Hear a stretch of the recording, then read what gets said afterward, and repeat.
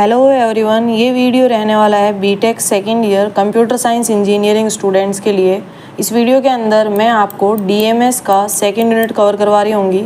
Second unit के अंदर हमने जो इससे पहले आपका set theory and relations topic है जो कंप्लीट पढ़ लिए हैं, ये वाला वीडियो कंप्लीट फंक्शंस के ऊपर रहने वाला है, जिसके अंदर अब जो फंक्शन टॉपिक के अंदर जितने भी सब टॉपिक्स इंक्लूडेड हैं वो सारे के सारे हम एक ही वीडियो में कवर कर रहे होंगे।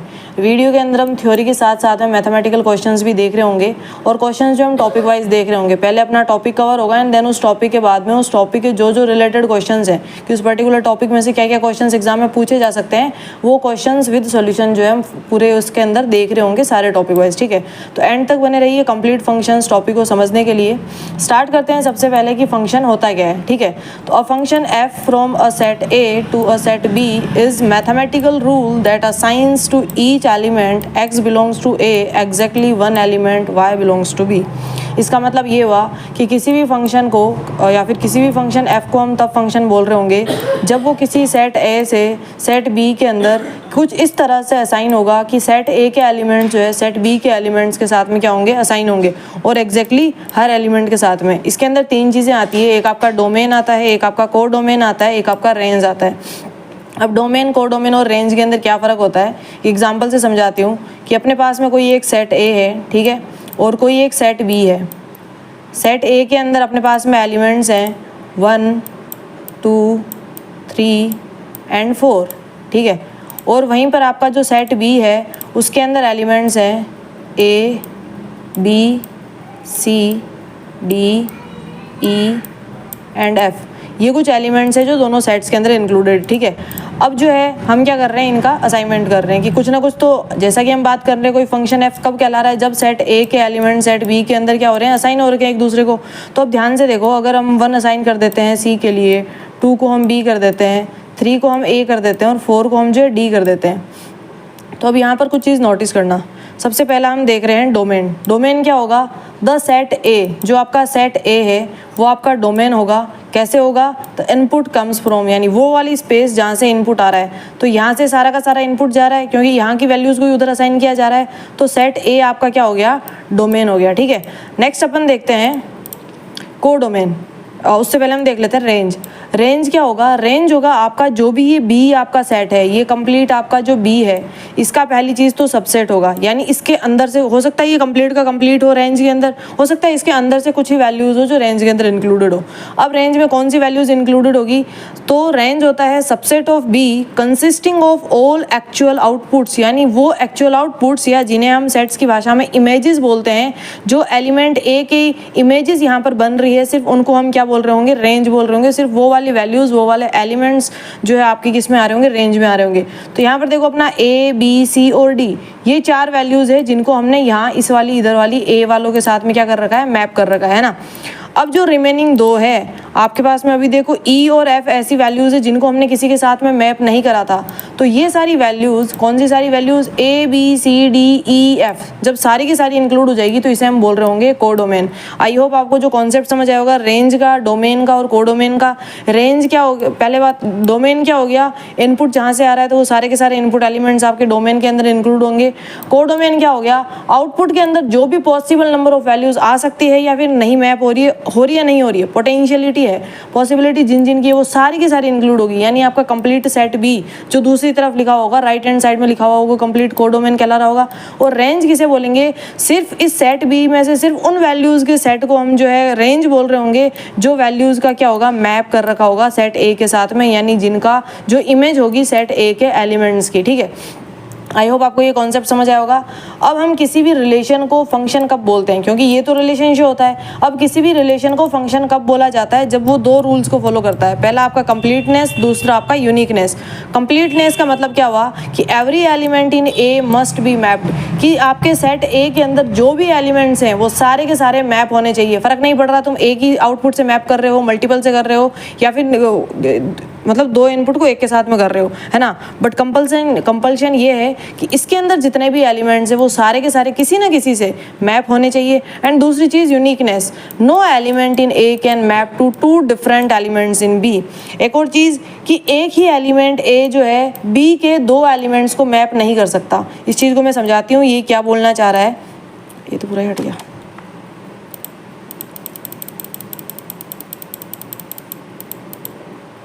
इसको एक बार ध्यान से देखना,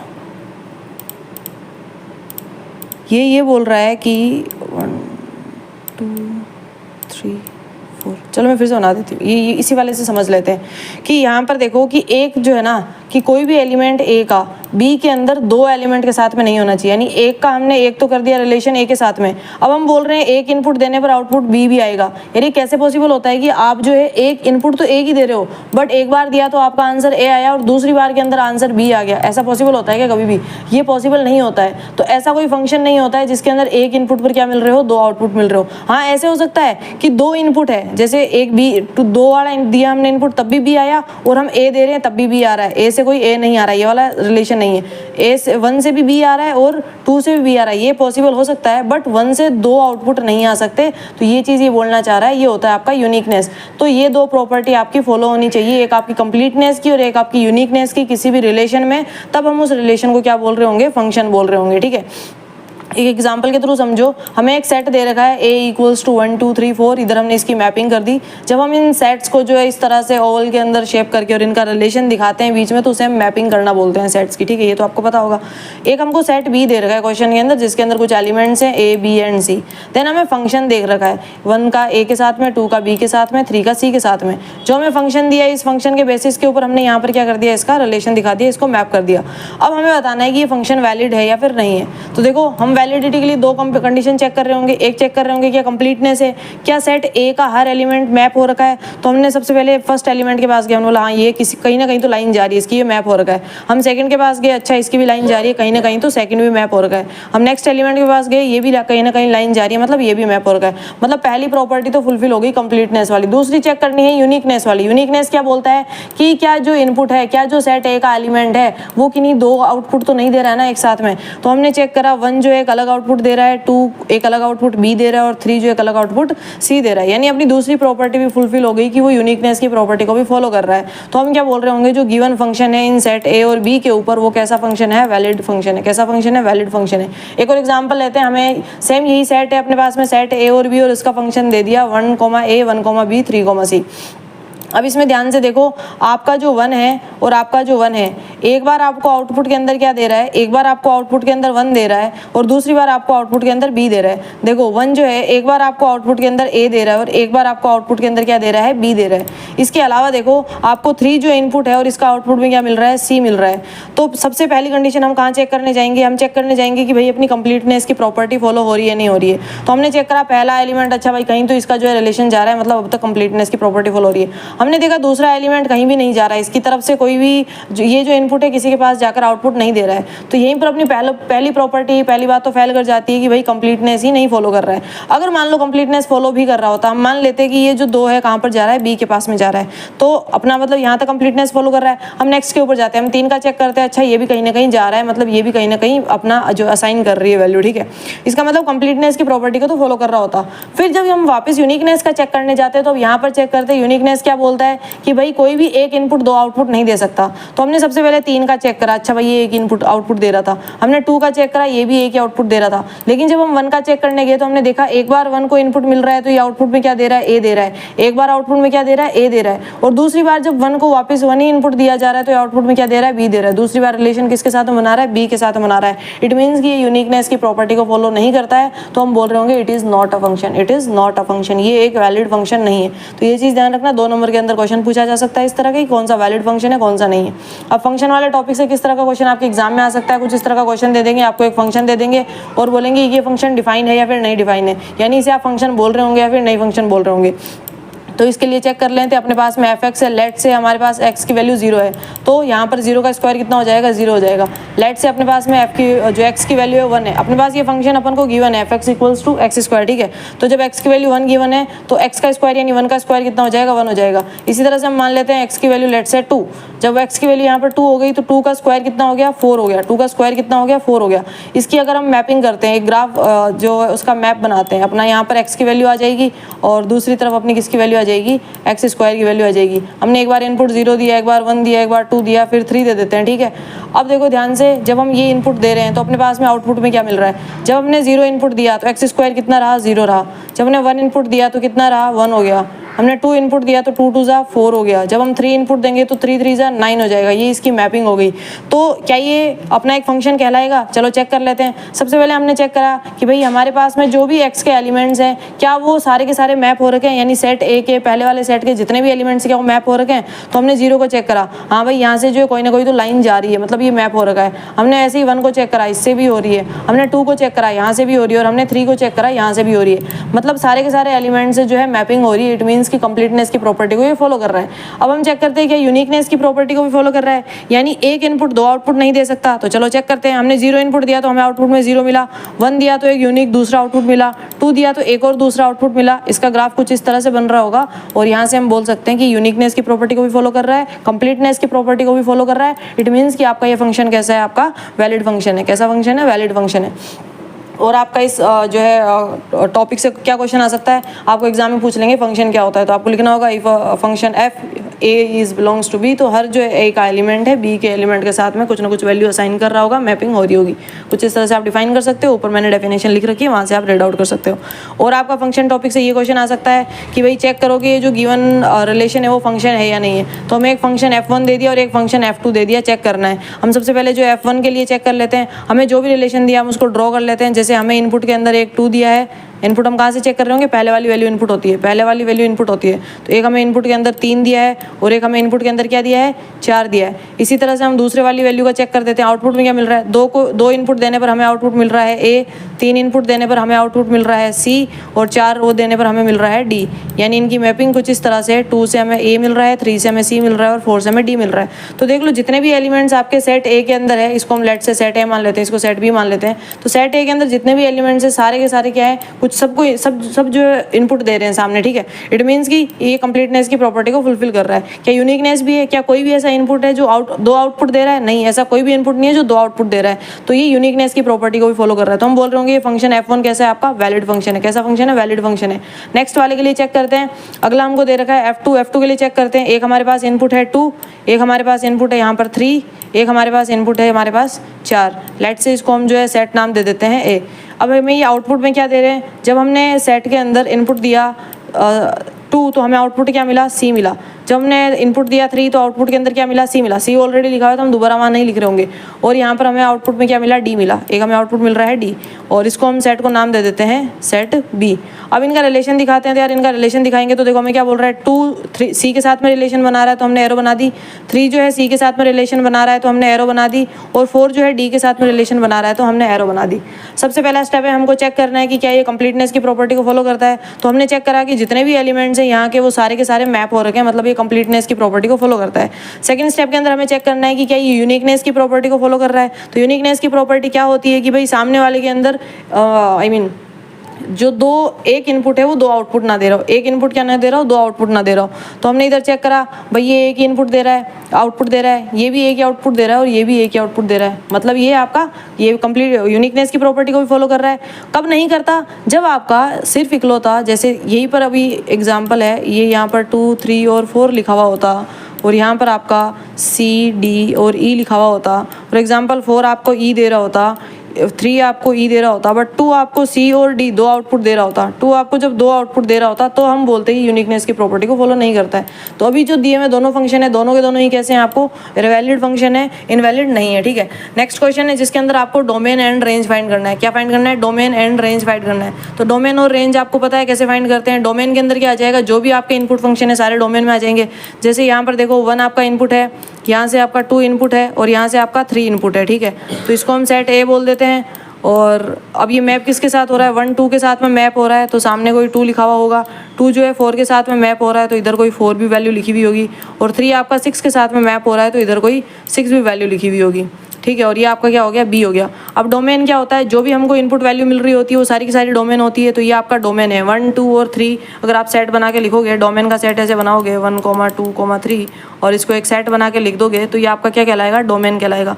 रेंज कौन सी होगी? रेंज क्या होता है? जो भी हमें वैलिड आउटपुट मिल रहा होता है वो सारी की सारी रेंज के अंदर आती है। तो यहाँ पर देखो 2 हमें इसकी मैपिंग है, 2 की इमेज 1 है, इस 4 की चेक करेंगे तो इमेज 2 है और 6 की चेक करेंगे तो इमेज 3 है। यानी ये जितना पूरा का पूरा जो कोड डोमेन है आपका कंप्लीट ही आपका क्या है? रेंज है। तो आई होप आप एग्जाम के अंदर इस तरह का अगर क्वेश्चन बनता है फंक्शन टॉपिक में से 2-2 नंबर के अंदर ही आ रहे होंगे इन जनरल इस वाले टॉपिक से क्वेश्चन, तो आप ये इजीली जो है एग्जाम में करके आ पाओगे, ठीक है।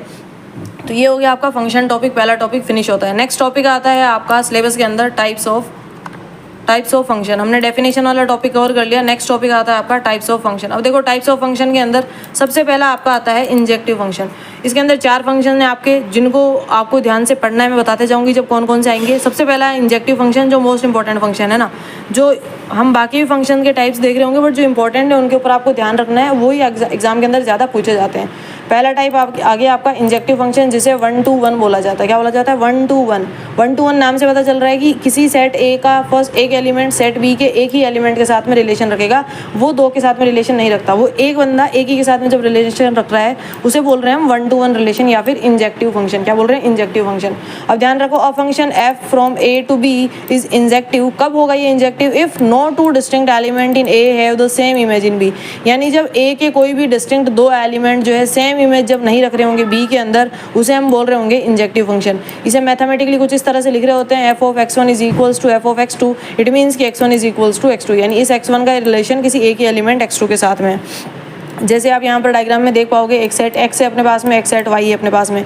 बाकी को एक बार इग्नोर कर देते हैं, सिर्फ इतने के ऊपर ध्यान देते हैं। अपने पास में यहाँ पर देखो एक एलिमेंट है, इसकी ये जो है एक इमेज बना रहा है, ठीक है।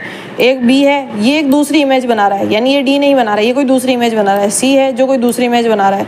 तो यहाँ पर देखो अपनी रेंज क्या हो जाएगी, सबसे पहली बात अपना डोमेन क्या हो जाएगा, 1 2 और 3 आपका क्या हो जाएगा, डोमेन हो जाएगा।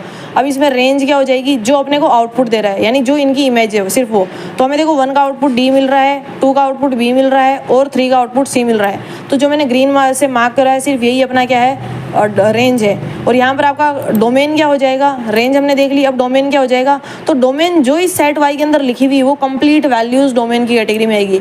तो डी बी और सी तो है ही है, बट एक ए और एक्स्ट्रा है जो आपका क्या है, डोमेन है। तो ये सारे के सारे क्या हो गए। आई होप आपको डोमेन और रेंज का कॉन्सेप्ट समझ आ गया। अब हम इस वाले आगे वाले के अंदर देखते हैं, क्योंकि हम फिलहाल के लिए क्या चेक कर रहे हैं, 1 to 1 रिलेशन चेक कर रहे हैं। तो यहाँ सबके साथ 1 to 1 रिलेशन था। नेक्स्ट चेक करते हैं, हमें डी जो आउटपुट में दे रहा है पी, एक अलग आउटपुट मिल रहा है। बी से हमें वापस पी नहीं मिल रहा है, क्या मिल रहा है, क्यू, एक अलग आउटपुट मिल रहा है। सी से हमें एस मिल रहा है, यानी एक अलग आउटपुट मिल रहा है। ए से हमें आर मिल रहा है, यानी एक अलग आउटपुट मिल रहा है। यानी यहाँ भी हमें क्या मिल रहा है, अलग अलग आउटपुट मिल रहे हैं, ठीक है। तो इसको भी हम क्या बोल रहे होंगे, 1 to 1 रिलेशन बोल रहे होंगे। अब इसके अंदर एक बार फिर चेक कर लेते हैं आपका डोमेन क्या है। तो इनपुट हमें कौन कौन दे रहा है, डी बी सी और ए, चारों के चारों इनपुट है। तो इस बार आपका सेट वाई और जेड के लिए इनपुट क्या हो जाएगा, डी बी सी और ए, ये आपका क्या हो जाएगा, डोमेन हो जाएगा। यहाँ पर रेंज क्या हो जाएगी, जो जो हमें आउटपुट मिल रहे हैं। तो हमें आउटपुट में एक P मिला, एक Q मिला, R मिला और S मिला, यानी चारों वैल्यूज आउटपुट में मिली। तो ये आपकी क्या हो जाएगी, रेंज हो जाएगी। और यही आपका क्या है, कोर डोमेन है। कोर डोमेन के अंदर अगर कोई ऐसी वैल्यू भी होती जो यहाँ से मैप नहीं हो रखी होती तो वो भी आपके कोर डोमेन में इंक्लूड हो जाती, बट क्योंकि सारी वैल्यूज़ ही इंक्लूड हो रखी है, सारी वैल्यूज़ ही किसी न किसी की जो है इमेज बना रही है, तो ये आपका रेंज भी है और ये आपका कोर डोमेन भी है। आई होप आपको ये 1 to 1 का रिलेशन समझ आ गया, रेंज, कोर डोमेन और डोमेन की परिभाषाएँ समझ में आ गई। अब कुछ एग्जाम्पल्स हैं, जैसे F X equals to X, जो आइडेंटिटी फंक्शन होता है वो आपका 1 to 1 रिलेशन का पार्ट होता है। आपका के एक्स इक्वल्स टू 2x+3, इस तरह से कोई लीनियर पॉलिनोमियल अगर आपको दे दिया तो वो आपका 1 to 1 रिलेशन का जो है पार्ट होता है। अगर कोई आपको gx इक्वल्स टू कोई एक्सपोनेंशियल फंक्शन दे दिया तो 1 to 1 रिलेशन का पार्ट होता है। किस तरह से होता है, मैं कोई एक आपको इनका एग्जांपल करके बता देती हूँ। जैसे सबसे पहले मैं लीनियर पॉलिनोमियल का अगर बताना चाहूँ आपको, तो देखो हमें क्वेश्चन के अंदर क्या दे रखा है इन्होंने कि कोई के एक्स इक्वल्स टू क्या है, 2x+3 है, ठीक है। तो हम मान लेते हैं कि x की वैल्यू कितनी है, 1 है। क्या मानी कि x की वैल्यू कितनी है, 1 है। या फिर सबसे पहले हम 0 मान लेते हैं। तो यहाँ पर देखो 2 × 0 कितना हो जाएगा, 0, और 0+3 कितना हो गया, 3 हो गया। तो जब हमने इनपुट 0 दिया तो आउटपुट के अंदर हमें क्या मिला, 3 मिला, ठीक है भाई।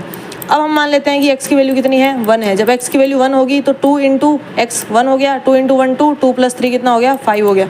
यानी जब हमने इनपुट के अंदर 1 दिया तो हमें आउटपुट के अंदर क्या मिला, 5 मिला। इसी तरह से हम मान लेते हैं कि k की वैल्यू इस बार कितनी है, 2 है, ठीक है। 2 ले लेंगे तो 2 × x की वैल्यू 2 हो गई, 2 2 4, 4 और 3 कितना हो गया, 4 और 3 होता है आपका 7, ठीक है। तो जब k का हमने इनपुट आपको 2 दिया तो आउटपुट के अंदर क्या मिला, 7 मिला। तो आप यहाँ पर देख पा रहे हो ये जो आपका फंक्शन है, कौन सा, हमने लीनियर पॉलिनोमियल वाले फंक्शन की बात करी। इसका जब हम इनपुट कोई एक दे रहे हैं तो हमें आउटपुट के अंदर कोई एक आउटपुट मिल रहा है, ठीक है। इट मीन्स कि ये 1 to 1 रिलेशनशिप है, कोई भी सेम आउटपुट नहीं दे रहा है, कोई भी क्या नहीं दे रहा है, सेम आउटपुट नहीं दे रहा है, तो 1 to 1 रिलेशनशिप है। इसी तरह से आप आइडेंटिटी फंक्शन हो गया, एक्सपोनेंशियल फंक्शन हो गया, इनके अंदर वैल्यूज पुट करके चेक कर सकते हैं, ठीक है। कि no two arrows go to the same element, कोई भी दो एरोज जो है सेम एलिमेंट की तरफ नहीं जा रही होगी, मतलब रिपीटेशन आउटपुट के अंदर अलाउ नहीं होगा, वो आपका 1 to 1 फंक्शन होता है।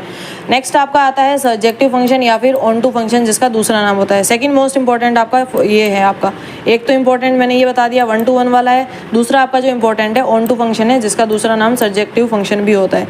इसको कुछ इस तरह से डिफाइन करते हैं और मैथमेटिकली इस तरह से लिखते हैं कि भाई जो लॉजिकली इस तरह से लिखते हैं, नॉट मैथमेटिकली, कि अ फंक्शन एफ की जो ए से बी की तरफ जा रहा है उसे हम सर्जेक्टिव कब बोल रहे होंगे, if every element in the codomain B, ध्यान रखना कोडोमेन, अब आप समझ रहे होंगे कोडोमेन किसको बोलेंगे, जो राइट हैंड साइड के अंदर पूरा का पूरा लिखा होगा उसे कोडोमेन बोल रहे होंगे, कि if every element in the codomain B is the image of at least one element in domain A, domain किसको बोलेंगे, जो लेफ्ट हैंड साइड के अंदर लिखा हुआ होगा।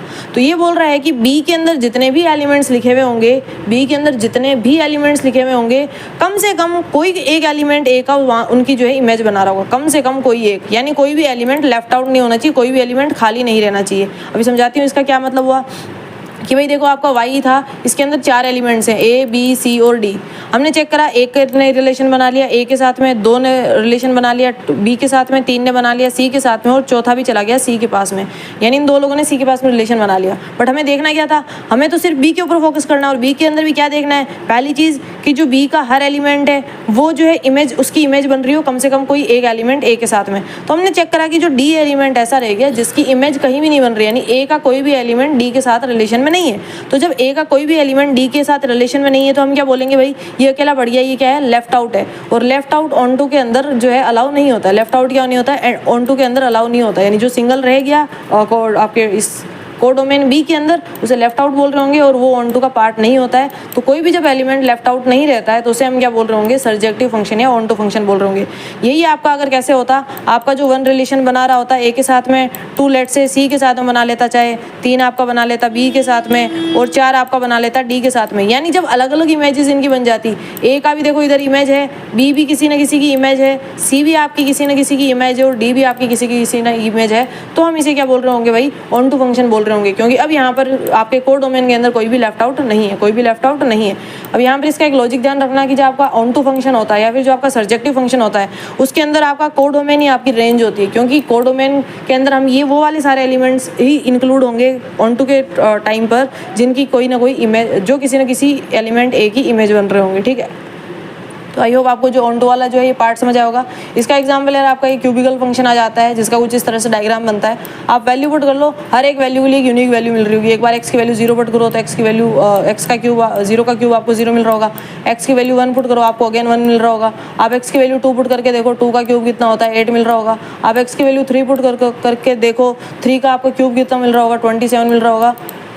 ये जो चीज़ें हैं ऐसे वैल्यूज पुट करके एग्जाम्पल के अंदर सॉल्व करके आओगे। फॉर एग्जाम्पल आपके एग्जाम के अंदर सिर्फ टाइप्स ऑफ ये पूछ लिया तो सिर्फ डेफिनेशन करके और मैपिंग करके थोड़ी दिखा कर आओगे, एक एक एग्जाम्पल के साथ में उनको सॉल्व भी करके आना है ना।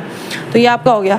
नेक्स्ट आपका आता है बाइजेक्टिव फंक्शन। तो ये तीसरा मोस्ट इंपॉर्टेंट आपका टाइप ऑफ फंक्शन है जिसको 1 to 1 कॉरेस्पॉन्डेंस बोलते हैं, या फिर इसको आप बोल सकते हो 1 to 1 and onto function. 1 to 1 and onto function, यानी ये 1 to 1 का और ऑन टू का दोनों का क्या होता है, कॉम्बिनेशन होता है। दोनों का क्या होता है, कॉम्बिनेशन होता है। तो ये चीज़ समझ आ गई।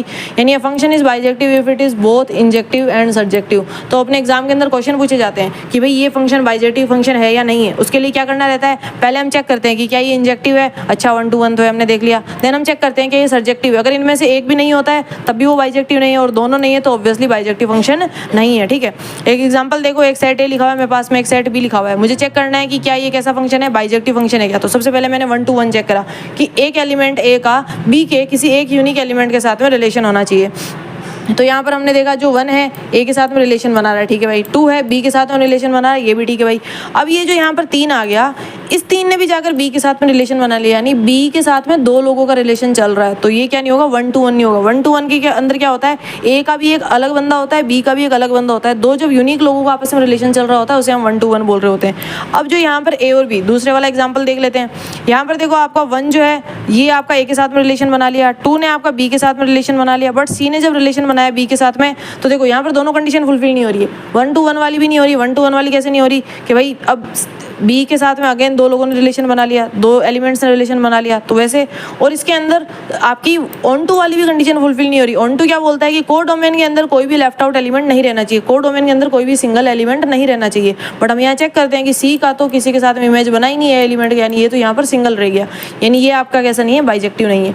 ये वाला चेक करते हैं भाई, अब 1 जो है रिलेशन बना रहा है ए के साथ में, 2 बना रहा है सी के साथ में, और 3 बना रहा है बी के साथ में, तो सारे के सारे 1 to 1 है। यहाँ का कोई एक यूनिक पर्सन किसी एक इकलौते एलिमेंट के साथ में रिलेशन में, मतलब 1 to 1 है। ऑन टू का चेक करते हैं, क्या किस इस कोर डोमेन के अंदर कोई एलिमेंट यहाँ पर खाली बचा हुआ है, कोई एलिमेंट सिंगल बचा हुआ है, नहीं बचा हुआ है, मतलब ये ऑन टू भी है। तो जब कोई रिलेशन आपका 1 to 1 भी होता है और ऑन टू भी होता है, तब हम उसे क्या बोलते हैं, बाइजेक्टिव बोलते हैं। यानी जब कोई फंक्शन इंजेक्टिव भी है और सर्जेक्टिव भी है, 1 to 1 भी और ऑन टू भी है, तब उसे क्या बोल रहे होंगे, बाइजेक्टिव फंक्शन बोल रहे होंगे। आई होप आपको बाइजेक्टिव फंक्शन समझ आया होगा।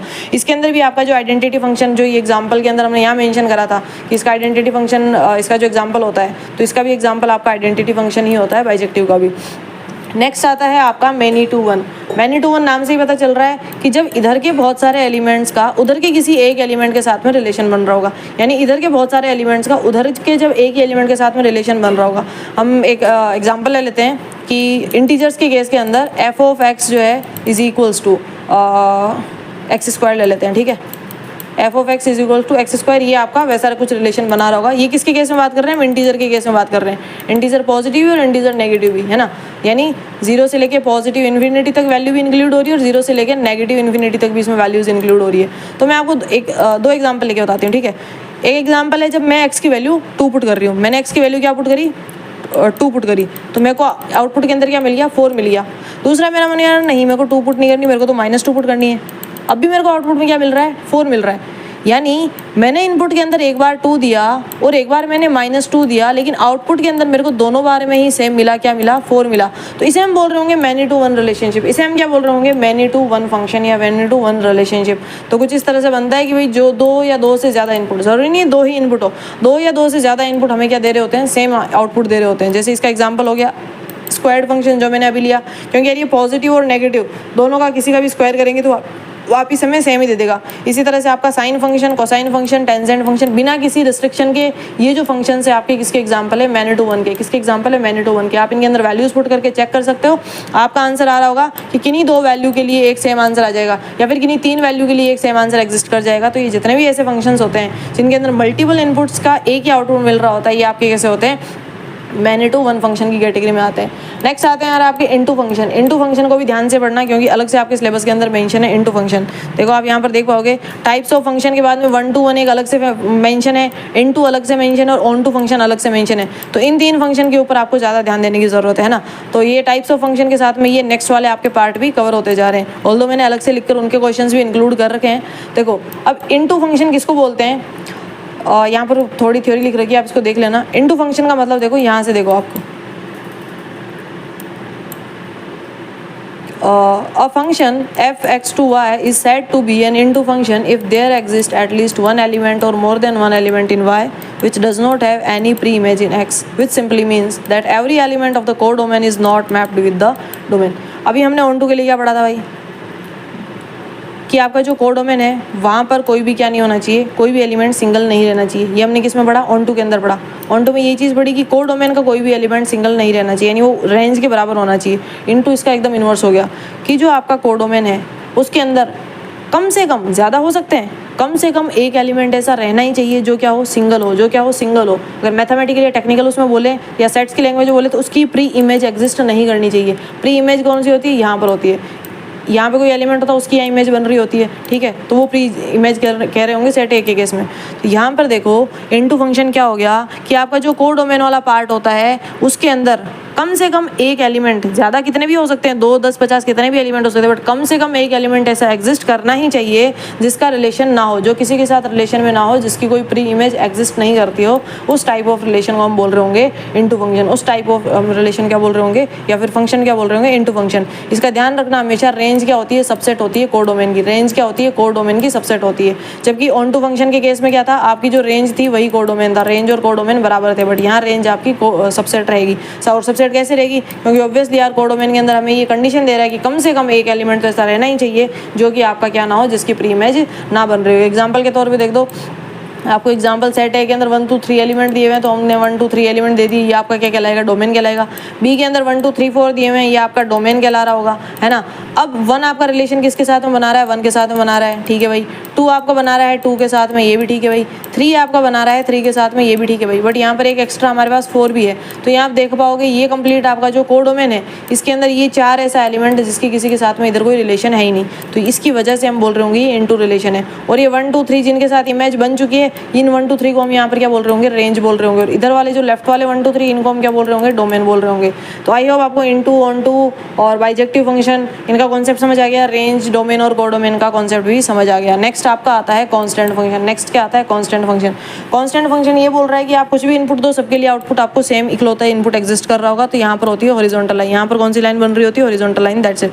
आप इसके अंदर की भाई यहाँ पर कुछ भी वैल्यू दो आप, है ना, इसका आपको आउटपुट हमेशा क्या मिल रहा होगा, 5 मिल रहा होगा। ये आपका कांस्टेंट फंक्शन बोलता है। और 5 किस तरह से मिलेगा कि आपने ए वैल्यू दी तब भी आपका यहीं पर है ग्राफ, बी दिया तब भी यार वो उसी हॉरिजॉन्टल लाइन पर है, सी दिया तब भी उसी, मतलब जो इन्फिनिटी तक हॉरिजॉन्टल लाइन बनती है आपके कांस्टेंट फंक्शन के केस में। तो ये उतना इंपॉर्टेंट नहीं है। नेक्स्ट आता है आपका आइडेंटिटी फंक्शन। ये भी कुछ खास इंपॉर्टेंट नहीं है, बट आपको कॉन्सेप्ट ये जो है पता होने चाहिए, ठीक है। अब आइडेंटिटी आपका क्या बोलता है, किसी एक एक्स के लिए आपको कोई वैल्यू जो है मिल रही होगी और वो दोनों की दोनों क्या होगी, बराबर होगी। वो दोनों की दोनों क्या होगी, बराबर होगी। जैसे अगर आप इनपुट के अंदर 0 देते हो तो आपको आउटपुट में भी क्या मिलेगा, 0 मिलेगा। इनपुट में अगर आप 1 देते हो तो आउटपुट में भी क्या मिलेगा, 1। 2 देते हो तो आउटपुट में भी क्या मिल रहा होगा, 2। 3 देते हो तो आउटपुट के अंदर भी क्या मिल रहा होगा, 3 मिल रहा होगा। और इसका ग्राफ कुछ इस तरह से ये जो टिल्टेड लाइन है कंप्लीट जा रही होगी इन्फिनिटी तक, पूरी इन्फिनिटी तक जा रही होगी, है ना। इधर एक्स की वैल्यू बढ़ाते जाओ उतनी ही इधर वाई की वैल्यू बढ़ती जाएगी, तो ये लाइन भी पूरा बढ़ती जाएगी। इधर नेगेटिव एक्स की वैल्यू बढ़ाते जाओ, इधर नेगेटिव वाई की वैल्यू बढ़ाते जाओ, ये लाइन पूरा यहाँ तक चलती चली जाएगी। तो ये आपका आइडेंटिटी फंक्शन होता है। तो विद ग्राफ, विद एग्जांपल्स और विद डेफिनेशंस आपको जो है सारे टाइप ऑफ फंक्शंस पता होने चाहिए। अब देखो टाइप्स ऑफ फंक्शन से कैसे कैसे क्वेश्चंस बन सकते हैं। जैसे इस तरह का क्वेश्चन आ गया कि मैथमेटिकल फंक्शन दिया हुआ है आपको कि लेट एफ जो रियल वैल्यूज़ हैं, रियल नंबर से, वो रियल नंबर से जो डिफाइन है कुछ इस तरह से इस फंक्शन के ऊपर F X is equals to 2x + 3 के ऊपर हमें चेक करना है उनका इंजेक्शन, सरजेक्शन और बाइजेक्शन, कि भाई वो 1 to 1 को फॉलो कर रही है नहीं कर रही है, वो ऑन टू को फॉलो कर रही है नहीं कर रही है, या फिर वो दोनों को फॉलो करके वो बाइजेक्शन है या नहीं है, हमें चेक करना है इस पर्टिकुलर फंक्शन के लिए, ठीक है। तो हम भाई चेक कर लेते हैं। अब आपको ये चीज़ पता होगी ना कि रियल नंबर जो आपके इंटीजर्स हैं इनको कैसे कैसे डिनोट करते हैं। आपके रियल नंबर्स को कैपिटल R से डिनोट करते हैं, नेचुरल नंबर्स को कैपिटल N से डिनोट कर रहे होते हैं, इंटीजर्स को Z से डिनोट कर रहे होते हैं, और इंटीजर्स अगर उनमें सिर्फ पॉजिटिव ले रहे होते हैं तो Z+ से डिनोट कर रहे होते हैं। ये चीज़ आप सबको आई होप की पता होगी, है ना। अभी के लिए कैपिटल R लिख रखा है, इट मीन्स क्या है, रियल नंबर्स की बात हो रही है। और रियल नंबर्स के अंदर क्या आती है, रियल नंबर्स में जितने भी नंबर्स आप सोच सकते हो वो सारे के सारे नंबर्स आ जाएंगे, है ना। तो ये क्या हो गया, आपके रियल नंबर्स हो गए जिनको इस फंक्शन के ऊपर डिफाइन कर रखा है। तो सबसे पहले हम चेक करते हैं आपका इंजेक्शन के लिए। इंजेक्शन क्या होता है, 1 to 1 होता है। तो हम वैल्यू पुट कर रहे होंगे इस पर्टिकुलर फंक्शन एफ के LHS के अंदर और चेक कर रहे होंगे RHS में क्या हमें कोई यूनिक वैल्यू दे रहा है या फिर कोई अलग वैल्यू दे रहा है ना, ये चीज़ चेक करनी रहेगी। तो मैं स्टार्ट कर लेती हूँ। लेट्स से मैं चाहती हूँ कि मेरी x की वैल्यू कितनी है, 1 है, ठीक है। तो अगर मैं x की वैल्यू 1 चाहूँगी तो यहाँ पर x में वैल्यू 1 पुट हो जाएगी। 2 × 1 कितना हो जाएगा, 2 और +3 कितना हो जाएगा, मुझे आउटपुट में मिल रहा होगा 5। मैं चाहूँगी यार नहीं, मेरे को x की वैल्यू 1 नहीं चाहिए, मेरे को x की वैल्यू कितनी चाहिए, 2 चाहिए। तो मैंने यहाँ पर वैल्यू 2 पुट करी, तो यहाँ पर मेरे पास 2 × 2 = 4, 4 और 3 कितना हो गया, 7 आ गया। अरे यार नहीं, 2 भी नहीं चाहिए, हमको वैल्यू चाहिए, हम 3 पुट करके चेक करेंगे कोई वैल्यू सेम तो नहीं दे रहा है। तो ये 3 × 2 = 6 और 6 और 3 आपका कितना हो गया, 9 हो गया, ठीक है। अगर हमने चाहा कि अब नहीं यार 3 भी वैल्यू पुट नहीं करनी है, 4 वैल्यू पुट करनी है, तो जब 4 वैल्यू पुट करके देखी तो 4 × 2 = 8 हो गया, और 8 और 3 कितना हो गया, 11 हो गया। अब कोई आ जाएगा कि मैम सिर्फ पॉजिटिव क्यों करें, रियल नंबर्स में तो नेगेटिव नंबर्स भी आते हैं, नेगेटिव करके दिखाओ कि वो अगर कहीं सेम ना दे दे। तो हमने चाहा कि इस बार कि भाई -1 वैल्यू पुट कर लेते हैं। तो 2 × -1 कितना हो जाएगा, -2, एंड -2 + 3 कितना हो जाएगा, +1 कितना हो जाएगा, +1। एफ के अंदर अगर वैल्यू में -2 पुट करूँ फिर तो मेरा -2 और ×2 कितना हो जाएगा, -4, -4 + 3 कितना हो जाएगा, -1 हो जाएगा, -4 + 3 कितना हो जाएगा, -1 हो जाएगा। अगर मैंने वैल्यू पुट करी -3, तो देखो 3 × 2 = 6, -6 + 3 कितना हो जाएगा, -3 हो जाएगा। तो कुछ इस तरह से वैल्यूज़ आ रही है। आप यहाँ पर क्या चीज़ नोटिस कर पा रहे हो, आप यहाँ पर देख पा रहे हो कि जब आपने वैल्यू माइनस पुट करी तो आपको आउटपुट के अंदर 1 मिला, जब आपने -2 पुट करी तो आउटपुट के अंदर -1 मिला, जब आपने वैल्यू -3 पुट करी तो आउटपुट के अंदर -3 मिल गया, जब आपने वैल्यू 1 पुट करी तो आपको आउटपुट के अंदर 5 मिला, जब आपने 2 पुट करी तो आपको आउटपुट के अंदर 7 मिला। क्या चीज़ें मिल रही है कि आपका जो इनपुट है वो आप एक यूनिक दे रहे हो और हर एक यूनिक इनपुट आपको क्या दे रहा है, एक यूनिक आउटपुट दे रहा है, यानी 1 to 1 रिलेशन फॉलो कर रहा है, बिल्कुल कर रहा है, क्योंकि जितने भी एलिमेंट्स इधर हैं वो सारे के सारे यहाँ पर मैप हो रहे हैं। तो हम इसको क्या बोल रहे होंगे, हाँ भाई ये इंजेक्शन की प्रॉपर्टी को फॉलो करता है, इसे हम 1 to 1 रिलेशन बोल रहे होंगे। तो क्योंकि हर एलिमेंट के लिए जो अगर 2x1 + 3 2x2 + 3 के बराबर आ रहा है, इट मीन्स कि जो आपका x1 जो x2 के बराबर है ये इंजेक्शन की प्रॉपर्टी को फॉलो कर रहा है। क्या ये सर्जेक्टिव की प्रॉपर्टी को भी फॉलो कर रहा है? तो यार देखो आपके, अब क्योंकि इसके अंदर पॉजिटिव नेगेटिव सारे के सारे नंबर्स आ रहे होंगे, तो हम किसी एक पर्टिकुलर वैल्यू के लिए चेक कर लेते हैं ना, किसी एक पर्टिकुलर उसके लिए फंक्शन के लिए चेक कर लेते हैं, एक किसी एक्सप्रेशन के लिए चेक कर लेते हैं। तो ऐसे मान लो कि कोई y है जो बिलोंग कर रहा है इन रियल नंबर से, ठीक है, किसी भी एक y के लिए जो बिलोंग कर रहा है r से। कैन वी फाइंड x, क्या हम वहाँ पर x फाइंड कर सकते हैं? चेक करते हैं। x = अगर ये है तो हम किसी भी y के लिए हम y की वैल्यू यहाँ 0 पुट कर दें, y की वैल्यू 1 पुट कर दें, y की वैल्यू 2 पुट कर दें, हम हर बार x के लिए एक अलग वैल्यू फाइंड कर रहे होंगे और वो वैल्यू कैसी होगी, हमेशा रियल नंबर होगी। हम रियल नंबर ही पुट कर रहे हैं और रियल नंबर ही हमेशा वैल्यू, क्योंकि यहाँ से वैल्यू क्या आ सकती है, या पॉजिटिव में आ सकती है, या नेगेटिव में आ सकती है, डिवाइड में आ सकती है, पॉइंट्स में आ सकती है, वही तो वैल्यूज आ सकती है और वो सारी की सारी वैल्यूज किसमें इंक्लूडेड होती है, आपके रियल नंबर्स के अंदर इंक्लूडेड होती है। तो ये आपका सर्जेक्टिव फंक्शन भी है। और क्योंकि इंजेक्टिव भी और सर्जेक्टिव भी है, यानी 1 to 1 भी और 1 to के है, तो इसको हम क्या बोल रहे होंगे, ये बाइजेक्शन है। कैसा है ये? बाइजेक्शन है। इसके अलावा आपको डिस्क्रीट मैपिंग के ऊपर यहाँ से क्वेश्चन आ जाएगा कि भाई आपको एक सेट ए दे देंगे, सेट बी दे देंगे और एक फंक्शन दे देंगे कि भाई इसको मैपिंग करके दिखाओ, तो आप करके दिखा सकते हो। आप सेट ए के एलिमेंट्स को इस तरह से लिख लोगे, सेट बी इस तरह से लिख लोगे और यहाँ पर इसकी मैपिंग करोगे। मैपिंग करने के बाद में आपको बताना रहेगा यार इंजेक्टिव है, सर्जेक्टिव है, क्या है क्या नहीं है, तो आप इस तरह से इनको बता सकते हो। मैंने आपको सारे के सारे टाइप्स आपको एक्सप्लेन कर दिए। या फिर यहाँ से कुछ इस तरह का जो है थ्योरेटिकल क्वेश्चन आ जाएगी, एक फंक्शन को डिफाइन करो तो आप उसकी डेफिनेशन ईजिली लिख सकते हो और बोलोगे कि फंक्शन जो है वो इन्वर्टिबल कब होगा। तो एक चीज़ ध्यान रखना, जब आपका कोई भी फंक्शन बाइजेक्शन को फॉलो करता है, यानी वो 1 to 1 और 1 to दोनों होता है ना, सिर्फ तभी वो क्या होता है, आपका इन्वर्टिबल होता है। उसे आप उसका आप इन्वर्स निकाल सकते हैं, उसका इन्वर्स एग्जिस्ट करता है, अदरवाइज इन्वर्स भी एग्जिस्ट नहीं करता है। कब एग्जिस्ट करता है? जब वो फंक्शन 1 to 1 और 1 to दोनों की प्रॉपर्टी को फॉलो करता है। तो ये चीज़ आपको यहाँ से ध्यान पड़ गई। इस तरह का अगर क्या बोलते हैं थ्योरेटिकल क्वेश्चन आए तो आपको इस तरह से एक्सप्लेन करके आना है थोड़ा लॉन्ग के अंदर। आंसर तो सिर्फ इतना ही कि फंक्शन को कब इन्वर्टिबल बोल रहे होंगे, जब वो फंक्शन 1 to 1 और 1 to की प्रॉपर्टी को फॉलो कर रहा होगा।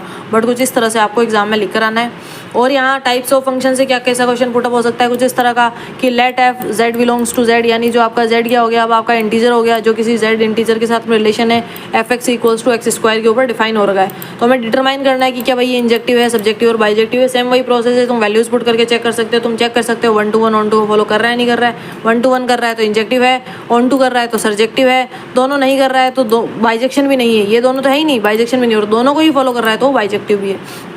तो इस तरह से आप करके चेक करके आ सकते हो। बाकी और यहाँ से कैसा क्वेश्चन आ सकता है, कुछ इस तरह का कि आपको एक सेट ए दे दिया, कोई एक सेट बी दे दिया और बी दे दिया और बोला कि can we define an injective function from A to B, क्या हम A to B injective function को डिफाइन कर सकते हैं। तो आपको यार इंजेक्टिव फंक्शन क्या होता है, 1 to 1 होता है, बट यहाँ पर 4 एलिमेंट्स है और यहाँ पर 3 ही एलिमेंट्स है। तो 4 एलिमेंट्स को डिफाइन करने के लिए पहली बात तो 4 एलिमेंट्स होने चाहिए सामने वाले के पास ही, तो वो है ही नहीं। तो हम यहाँ से डायरेक्ट बोल सकते हैं कि नो, क्यों, क्योंकि ए के पास जो नंबर ऑफ एलिमेंट्स है, ए के पास जो number of elements in set A कैसे हैं, greater than number of elements in set B, इसीलिए हम जो है 1 to 1 का रिलेशन यहाँ पर नहीं कर सकते। इसका एक पिजन होल प्रिंसिपल भी होता है जो हम इस यूनिट के अंदर आगे जाके पढ़ रहे होंगे, उसके अकॉर्डिंग भी जो है हम इसको नहीं कर सकते। वो भी सेम यही बोल रहा है कि अगर पहले वाले सेट के पास में नंबर ऑफ एलिमेंट्स कम है और बाद वाले के पास में ज़्यादा है तो ये पॉसिबल ही नहीं है। इसके लिए क्या होता है कि भाई बाद के अंदर कोई ना कोई एक ऐसा एलिमेंट होगा जो क्या हो रहा होगा, इन दो के साथ में रिलेशन में होगा। पिजन होल थ्योरी ये बोलती है फिर आगे कि भाई अगर आपके पास में मान लो 10 कबूतर है ना, और आपके पास में जो होल है कबूतरों को रखने के लिए जो खाने रखे हुए हैं, बॉक्सेज हैं, वो कितने हैं, 9 ही है। तो कोई ना कोई एक बॉक्स ऐसा होगा जिसके अंदर क्या रखना पड़ेगा, आपको 2 कबूतरों को साथ में रखना पड़ेगा। उसी प्रिंसिपल के तहत ये बोलता है कि इसका पॉसिबल नहीं है, क्योंकि यार तुम देखो ना, इधर 4 एलिमेंट है, उधर 3 ही एलिमेंट है, तो 3 एलिमेंट को तुम 3 अलग अलग स्पेस में रख दोगे, बट चौथे को तो किसी एक के साथ में तो रखना पड़ेगा ना, तो वही बोलता है इस वजह से। तो इसको कुछ इस तरह से आपको एग्जाम में एक्सप्लेन करके आना है। और यहाँ से क्वेश्चन क्या आ सकता है भाई, इस तरह से सेम वही चीज़ की आपको चेक करोगे भाई वो बाइजेक्शन है या नहीं है। और ये नेचुरल नंबर के लिए कैपिटल एन लिखा तो नेचुरल नंबर हो गए, आर लिखा है तो रियल नंबर हो गए, और एक गिवन फंक्शन के ऊपर डिफाइन किया हुआ के लिए दिया हुआ होता है और आपको उसको जो है पता करना है भाई 1 to 1 है या नहीं है, 1 to है या नहीं है, ठीक है। नेक्स्ट आपका जो टॉपिक आता है वो आता है इन्वर्स फंक्शन। तो हमने 1 to 1 और 1 to देख लिया। नेक्स्ट अपना टॉपिक क्या आता है, इन्वर्स फंक्शन। और देखो इन्वर्स फंक्शन क्या होता है, अभी हमने देखा कि जब आपका किसी भी फंक्शन के लिए बाइजेक्शन होता है, यानी 1 to 1 और 1 to दोनों चीज़ें अगर एग्जिस्ट कर रही होती है तो ही हम जो है उस फंक्शन का इन्वर्स एग्जिस्ट कर रहा होता है, तो ही उसका जो इन्वर्स फंक्शन निकलता है। ठीक है, तो पहली कंडीशन तो यही होती है इसके एग्जिस्टेंस के लिए कि भाई बाइजेक्टिविटी कंस्टेंट होना चाहिए, यानी कम से कम वो दो प्रॉपर्टी को फॉलो करनी चाहिए, एक आपका 1 to 1 और एक आपका 1 to, तब जाकर हम बोलेंगे अच्छा हाँ इसका एग्जिस्ट कर रहा है, तब हमें पता चलेगा और एग्जिस्ट कर रहा है तभी तो हम उसका जो इन्वर्स फंक्शन निकाल रहे होंगे, तो उसके बाद में हमें इन्वर्स निकालना है। अब देखो इसको डिफाइन कैसे कर रहे होंगे कि if F A belongs to B is a function, यानी ए बी की तरफ अगर फंक्शन है, इट्स इन्वर्स यानी एफ इन्वर्स क्या होगा, बी टू ए होगा, यानी ए टू बी अगर हमारा कोई फंक्शन एग्जिस्ट कर रहा है और इस फंक्शन के अंदर वो दोनों प्रॉपर्टी फॉलो हो रही है, कौन सी, 1 to 1 वाली भी और 1 to वाली भी, अगर ये दोनों प्रॉपर्टी फॉलो हो रही है, यानी ये जो फंक्शन है आपका बाइजेक्शन है, तो हम बोलेंगे कि इसका जो एफ इन्वर्स होगा वो क्या होगा, बी टू ए होगा। वो क्या होगा, यानी इसका रिवर्स कर देंगे, ये जो एरो का डायरेक्शन है वो क्या कर देंगे, रिवर्स कर देंगे, मैपिंग क्या कर देंगे, रिवर्स कर देंगे। And if F takes X to Y then F inverse take Y back to X, यानी अगर हमें फंक्शन एक्स जो है एक्स से वाई के पास लेके जाता है तो हमें एफ इनवर्स फंक्शन यानी एफ का जो रिवर्स फंक्शन है हम मैपिंग उल्टी कर देंगे, वो हमें वाई से कहाँ पर लेके जाएगा, वापस एक्स के पास लेके जाएगा। यानी अगर इधर हमने जो है एक्स एलिमेंट लिख रखा है सेट ए का और इधर मैंने जो अगर वाई एलिमेंट लिख रखा है सेट बी का, और मुझे कोई फंक्शन एफ जो है क्या क्या कर रहा है, मुझे वो एफ फंक्शन मुझे एक्स एलिमेंट से वाई एलिमेंट के साथ में रिलेशन बनाने को बोल रहा है, वहाँ तक ले जा रहा है, तो इसका जो इन्वर्स होगा वो क्या बोलेगा कि वाई से मुझे वापस एक्स के पास पहुँचा देगा, वाई से क्या कर देगा, वापस एक्स के पास पहुँचा देगा। ये हो गया आपका इन्वर्स फंक्शन। आई होप आपको समझ आया होगा। अब 1 to 1 और 1 to की कंडीशन आपको पता है, जब ये दोनों कंडीशन फुलफिल होगी तो उसका इन्वर्स एग्जिस्ट कर रहा होगा। अब इन्वर्स एग्जिस्ट करेगा तो उसके कुछ आपके जो है स्टेप्स रहेंगे इन्वर्स को निकालने के।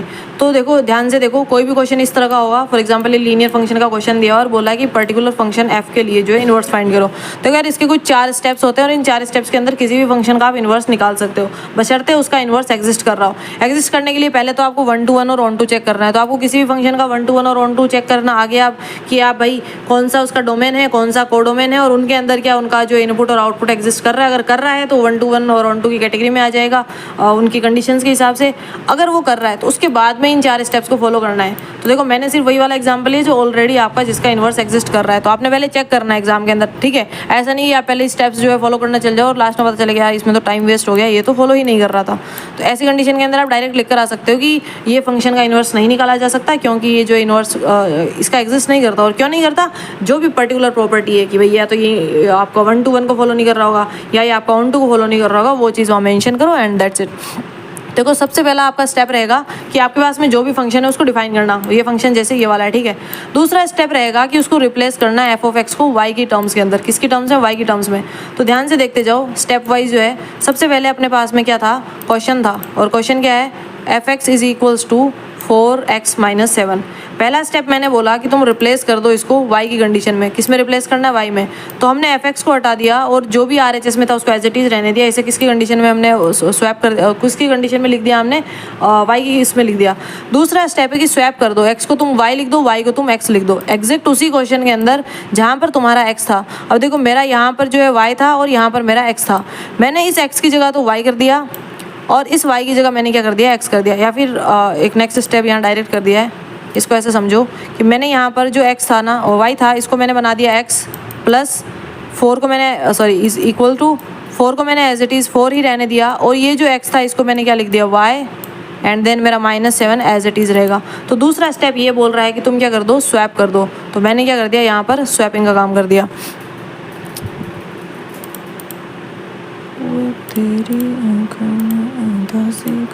देखो यहाँ पर सेकंड स्टेप के अंदर मैंने क्या कर दिया, स्वैप कर दिया। अब थर्ड स्टेप ये बोलता है कि तुम y के लिए उसको सॉल्व करो। किसके लिए सॉल्व करो, y के लिए। तो y के लिए सॉल्व करने के लिए क्या चाहिए हमें, y को एक तरफ रखना पड़ेगा, बाकी वैल्यूज़ को दूसरी तरफ लेकर जाना है। तो देखो यहाँ पर जो 7 इधर नेगेटिव में था दूसरी तरफ जाकर प्लस हो गया, और 4 उधर मल्टीप्लाई के अंदर था दूसरी तरफ जाकर डिवाइड हो गया, दूसरी तरफ जाकर क्या हो गया, डिवाइड हो गया। तो हमने क्या कर लिया, y के लिए इसे सॉल्व कर दिया। अब y के लिए सॉल्व करने के बाद में वापस से रिप्लेस कर दो उसको f इनवर्स के साथ में। किसको, y को।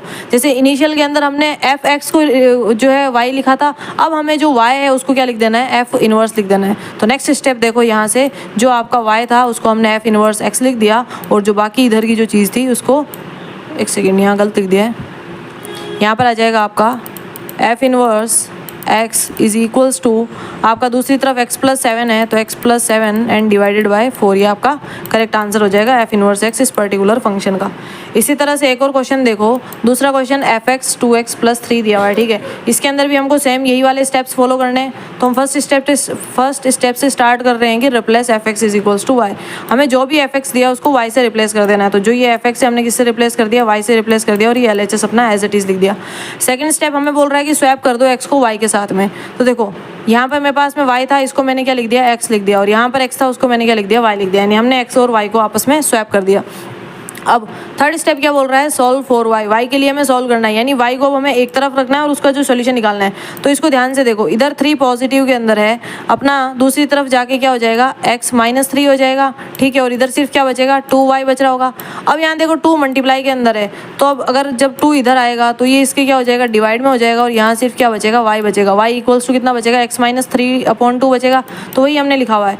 जब हमने y के लिए सॉल्व कर लिया तो अब हमें वापस y को रिप्लेस कर देना है एफ इनवर्स x फंक्शन के साथ में। तो ये जो अपना y है इसको हमने एफ इनवर्स x लिख दिया, बाकी जो वैल्यू x माइनस 3 के अंदर 2 है वो हमने एज इट इज लिख दी। तो कुछ इस तरह से आपका इनवर्स निकलता है किसी भी उसका, ठीक है। तो इस तरह का क्वेश्चन आपका 2 नंबर के अंदर एग्जाम में पूछा जा सकता है, या फिर कुछ इस तरह का क्वेश्चन दे देंगे कि अगर कोई function R to R define है, real number to real number, इस पर्टिकुलर फंक्शन के ऊपर, ये वो इन्वर्टिबल है या नहीं है, पहले तो ये चेक करना है, एंड अगर है तो उसका जो इनवर्स फाइंड करना है। तो यार पहले आप इन्वर्टिबल चेक करोगे, इन्वर्टिबल चेक करने के लिए क्या करना है, आपको 1 to 1 और 1 to कंडीशन चेक करनी है। अगर 1 to 1 और 1 to कंडीशन दोनों को फुलफिल कर रहा है मतलब वो बाइजेक्टिव और बाइजेक्टिव मतलब उसका इन्वर्टिबल एग्जिस्ट कर रहा है। तो पहली चीज प्रूफ हो गई। दूसरा आपको उसका भी इन्वर्स निकालना है, तो आपको इन्वर्स निकालना आई दिया, पहला स्टेप कि जो आपका फंक्शन एफ एक्स है उसकी जगह वाई लिख दो। दूसरी चीज एक्स को वाई और वाई को एक्स के साथ में रिप्लेस कर दो। तीसरी चीज वाई के रिगार्डिंग में उसको सोल्व करो, और चौथी चीज वाई को वापस से एफ इनवर्स के अंदर कन्वर्ट करके आर एच एस के अंदर जो वैल्यू है उसको वही की वही रहने दो। तो आई होप आप इस तरह का क्वेश्चन जो है करके आ पाओगे। ऐसा कुछ क्वेश्चन आ जाएगा तो भी करके आ पाओगे। यहाँ पर आपको वैल्यूज पुट करनी है, ठीक है। आपको एक बार आपने 1 वैल्यू पुट कर दी, 2 वैल्यू पुट कर दी, अलग अलग वैल्यूज पुट करके चेक करना है। यहाँ पर आपको सिर्फ एफ इनवर्स 7 और एफ इनवर्स -2 दिया है, बट उसके लिए ये वैल्यूज पुट, ये वैल्यू कहाँ पुट होगी, इनवर्स के फंक्शन में पुट होगी। बट आपको पहले एफ एक्स फंक्शन दिया है तो पहले आपको इस एफ एक्स फंक्शन को इनवर्स के अंदर कन्वर्ट करना पड़ेगा। इनवर्स के लिए वही 4 स्टेप्स हैं, पहले इनवर्स में कन्वर्ट कर दिया। अब कन्वर्ट करने के बाद में आपको एक बार एफ इनवर्स 7 निकालना है, तो आपने यहाँ पर वैल्यू 7 पुट करी, एक बार -2 की निकालनी है तो आपने -2 वैल्यू पुट करी और आपका आंसर आ गया। 2 प्रॉपर्टीज ध्यान रखना आप आपके फंक्शंस की। पहली चीज़ की फंक्शन के अंदर अगर इन्वर्स का फंक्शन है और तो इसका आंसर इक्वल्स टू एक्स आ रहा होगा, और अगर एफ इन्वर्स के अंदर जो है रेगुलर फंक्शन है तो उसका आंसर आपका एक्स आ रहा होगा। यानी दोनों के दोनों आंसर सेम देता है, दोनों का ऑर्डर कुछ भी हो। यानी अगर पहले आपका कोई फंक्शन लिखा हुआ है एफ और उसके अंदर एफ इनवर्स जो है फंक्शन लिखा हुआ है, तो इसका जो रिजल्ट है वो जो भी एक्स नहीं, जो भी रिजल्ट आ रहा होगा, एक्स यहाँ वेरिएबल है मतलब उसके अंदर कोई भी आंसर आ रहा होगा तो वो, और अगर मान लो पहले कोई एफ इनवर्स है और उसके अंदर कोई एफ एक्स फंक्शन लिखा हुआ है ना, तो इस कंडीशन के अंदर दोनों कंडीशन में आंसर क्या दे रहा होगा, ये सेम दे रहा होगा।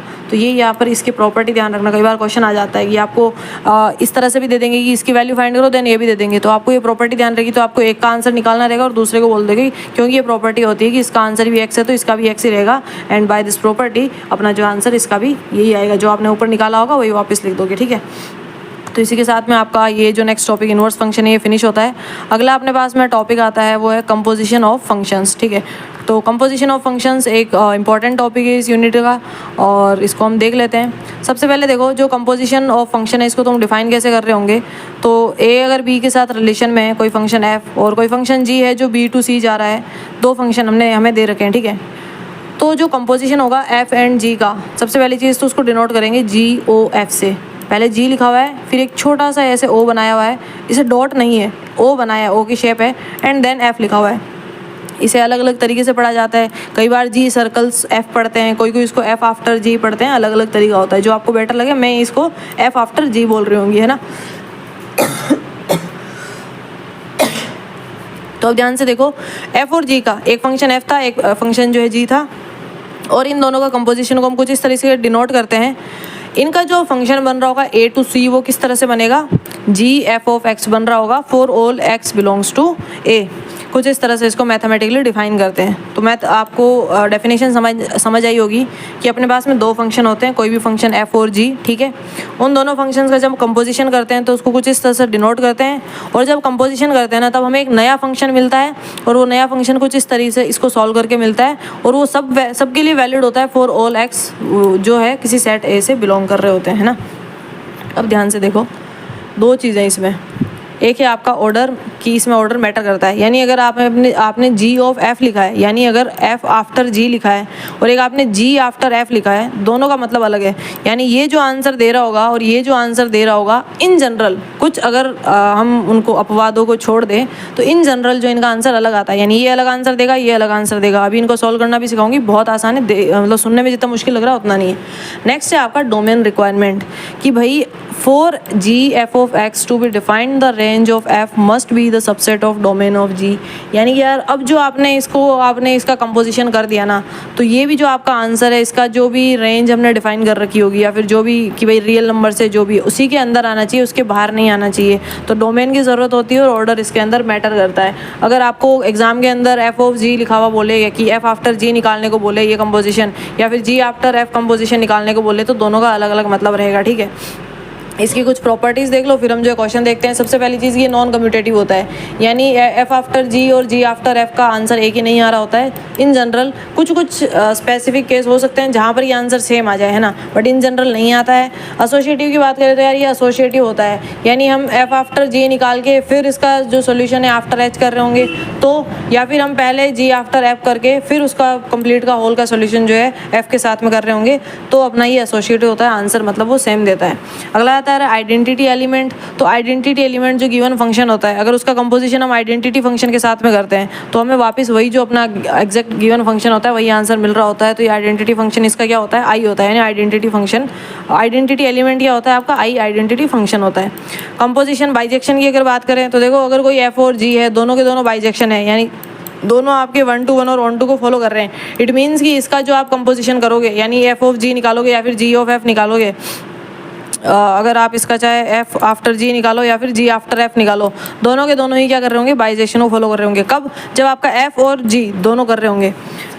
अब इसके अंदर एक हमने आइडेंटिटी एलिमेंट देख लिया, एक रिलेशन देख लो कि इसका इन्वर्स, अगर रिलेशन है जो इन्वर्स के साथ क्या होगा, तो इसके अंदर एफ इन्वर्टिबल होता है, यानी अगर एफ इन्वर्स आफ्टर एफ निकाला तो आई आ रहा होगा, या फिर एफ आफ्टर एफ इन्वर्स निकाला तो भी आई आ रहा होगा। यानी किसी फंक्शन का उसके जब इन्वर्स के साथ में, किसी फंक्शन का जब उसके इन्वर्स के साथ में हम क्या कर रहे हैं, कंपोजिशन कर रहे हैं, तो हमें आउटपुट के अंदर क्या मिलता है, आइडेंटिटी फंक्शन मिलता है। क्या मिलता है, आइडेंटिटी फंक्शन मिलता है। तो ये चीज़ ध्यान रखना।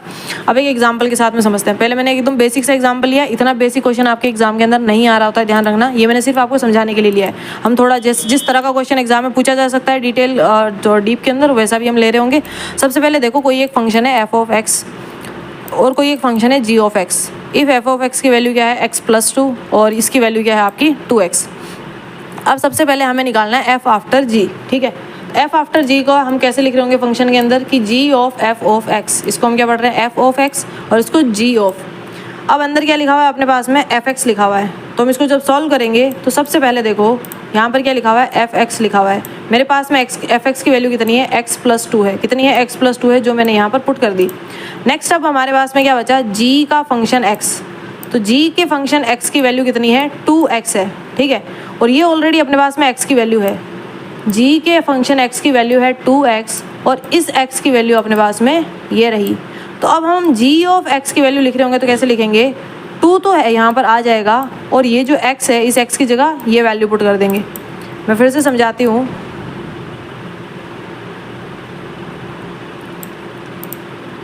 कि अपने पास में एक फंक्शन एफ एक्स है, एक फंक्शन जी एक्स है, और हमें एफ आफ्टर जी निकालना है, ठीक है। तो पहले अंदर अपना फंक्शन कौन सा, एफ एक्स है। हमने एफ एक्स की वैल्यू को एज इट इज़ लिख दिया। अगर हमने एफ एक्स नहीं लिखा हुआ होता तो ये जी कैसा लिखा रहता, जी एक्स ऐसा लिखा रहता, बिल्कुल लिखा रहता।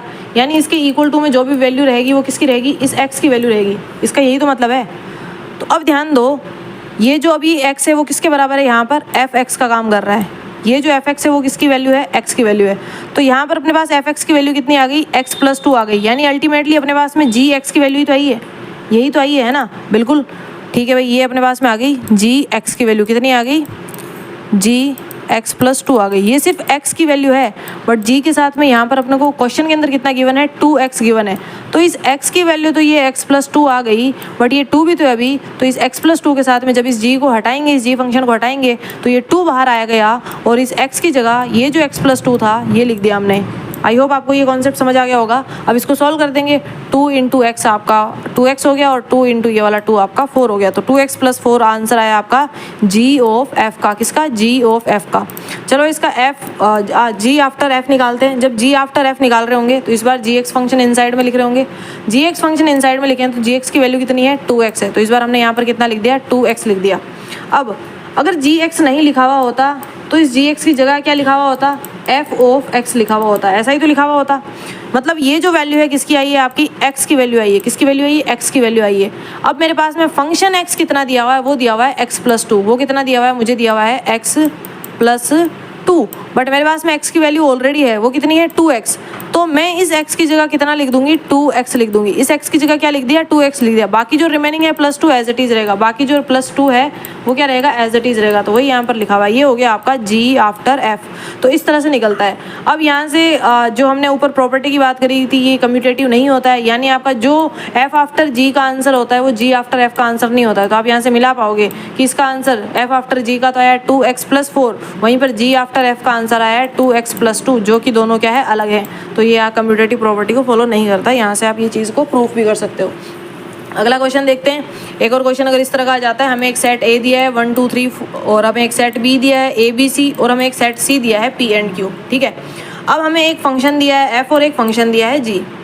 अब इसको जैसे हमने पिछले वाले यूनिट के अंदर रिलेशन वाला कॉन्सेप्ट करा था, आप उस तरह से भी कर सकते हैं। हमें एक तो निकालना है f आफ्टर g क्वेश्चन में, और एक हमें निकालना है हम एक और निकाल लेंगे g आफ्टर f, हम खुद ही निकाल लेंगे, ठीक है। अब ध्यान से देखो, मेरे पास में एक तो तरीका ये हो गया, आपको इस तरह से करके आना है एग्जाम के अंदर ऐसे लॉन्ग मेथड के अंदर। बट इसका शॉर्टकट तरीका क्या होता है, जब इस तरह से आपको ज़्यादा सेट्स और ज़्यादा फंक्शन दिए हुए रहते हैं, तो आपको एक सेट ए दिया हुआ है, सेट बी दिया हुआ है, सेट सी दिया हुआ है, ठीक है। आपको फंक्शन भी दिया हुआ है। तो सबसे पहले आप क्या चेक करोगे, सबसे पहला एलिमेंट कौन सा है, सेट ए का 1 है, और फंक्शन के अंदर सबसे पहला एलिमेंट कौन सा है 1 है। तो यहाँ पर ध्यान से देखो, आपको 1 कहाँ पर लेके जा रहा है, आपको 1 लेके जा रहा है 2 के पास में, सॉरी ए के पास में। 1 कहाँ लेकर जा रहा है, ए के पास में। अब ध्यान से देखो, ये ए आपका नेक्स्ट वाले उसके अंदर भी है, नेक्स्ट वाले रिलेशन के अंदर भी है। यहाँ पर आपको ए कहाँ लेकर जा रहा है, पी के पास में लेके जा रहा है। तो ए आपको कहाँ लेकर जा रहा है, पी के पास में लेके जा रहा है। तो जो आपका ये हम जी आफ्टर एफ और एफ आफ्टर जी निकालते हैं, इसका मतलब क्या होता है कि अपने पास में कोई एक इनपुट आ रहा होगा, यहाँ पर अपने पास में क्या आ रहा होगा, कोई एक इनपुट आ रहा होगा, ठीक है। और ये इनपुट कुछ ना कुछ फंक्शन के अंदर हमें आउटपुट में दे रहा होगा। लेट से वो अपना फंक्शन एफ हमें दे रहा है, ठीक है। और अब इस फंक्शन का कुछ इनपुट है जो हमें कोई एक दूसरा फंक्शन दे रहा है, फंक्शन हमें जी दे रहा है, एफ ऑफ जी। तो ये हमें बोलता है कि जो हमें फंक्शन एफ किसी एक आउटपुट के ऊपर लेके जा रहा है और ये फंक्शन जी हमें किसी एक आउटपुट के ऊपर लेके जा रहा है, तो हम जो है ये एफ ओ जी निकालते हैं या जी ओ एफ निकालते हैं। ये हमें इनके बीच का डायरेक्ट रिलेशन बता देता है, यहाँ से डायरेक्ट वहाँ पहुँचा देता है।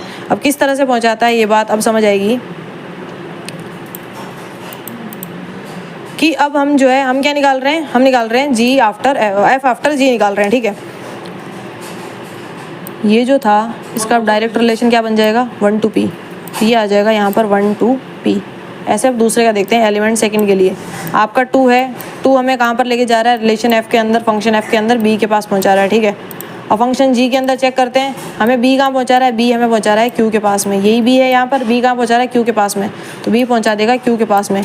अब जो हम कंपोजिट फंक्शन बना रहे हैं वो एक नया फंक्शन है ना।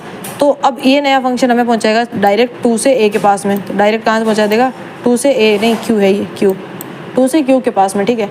इसी तरह से अगले एलिमेंट के लिए चेक करते हैं। तो नेक्स्ट एलिमेंट अपने पास में कितना है, 3 है। नेक्स्ट एलिमेंट कितना है, 3 है।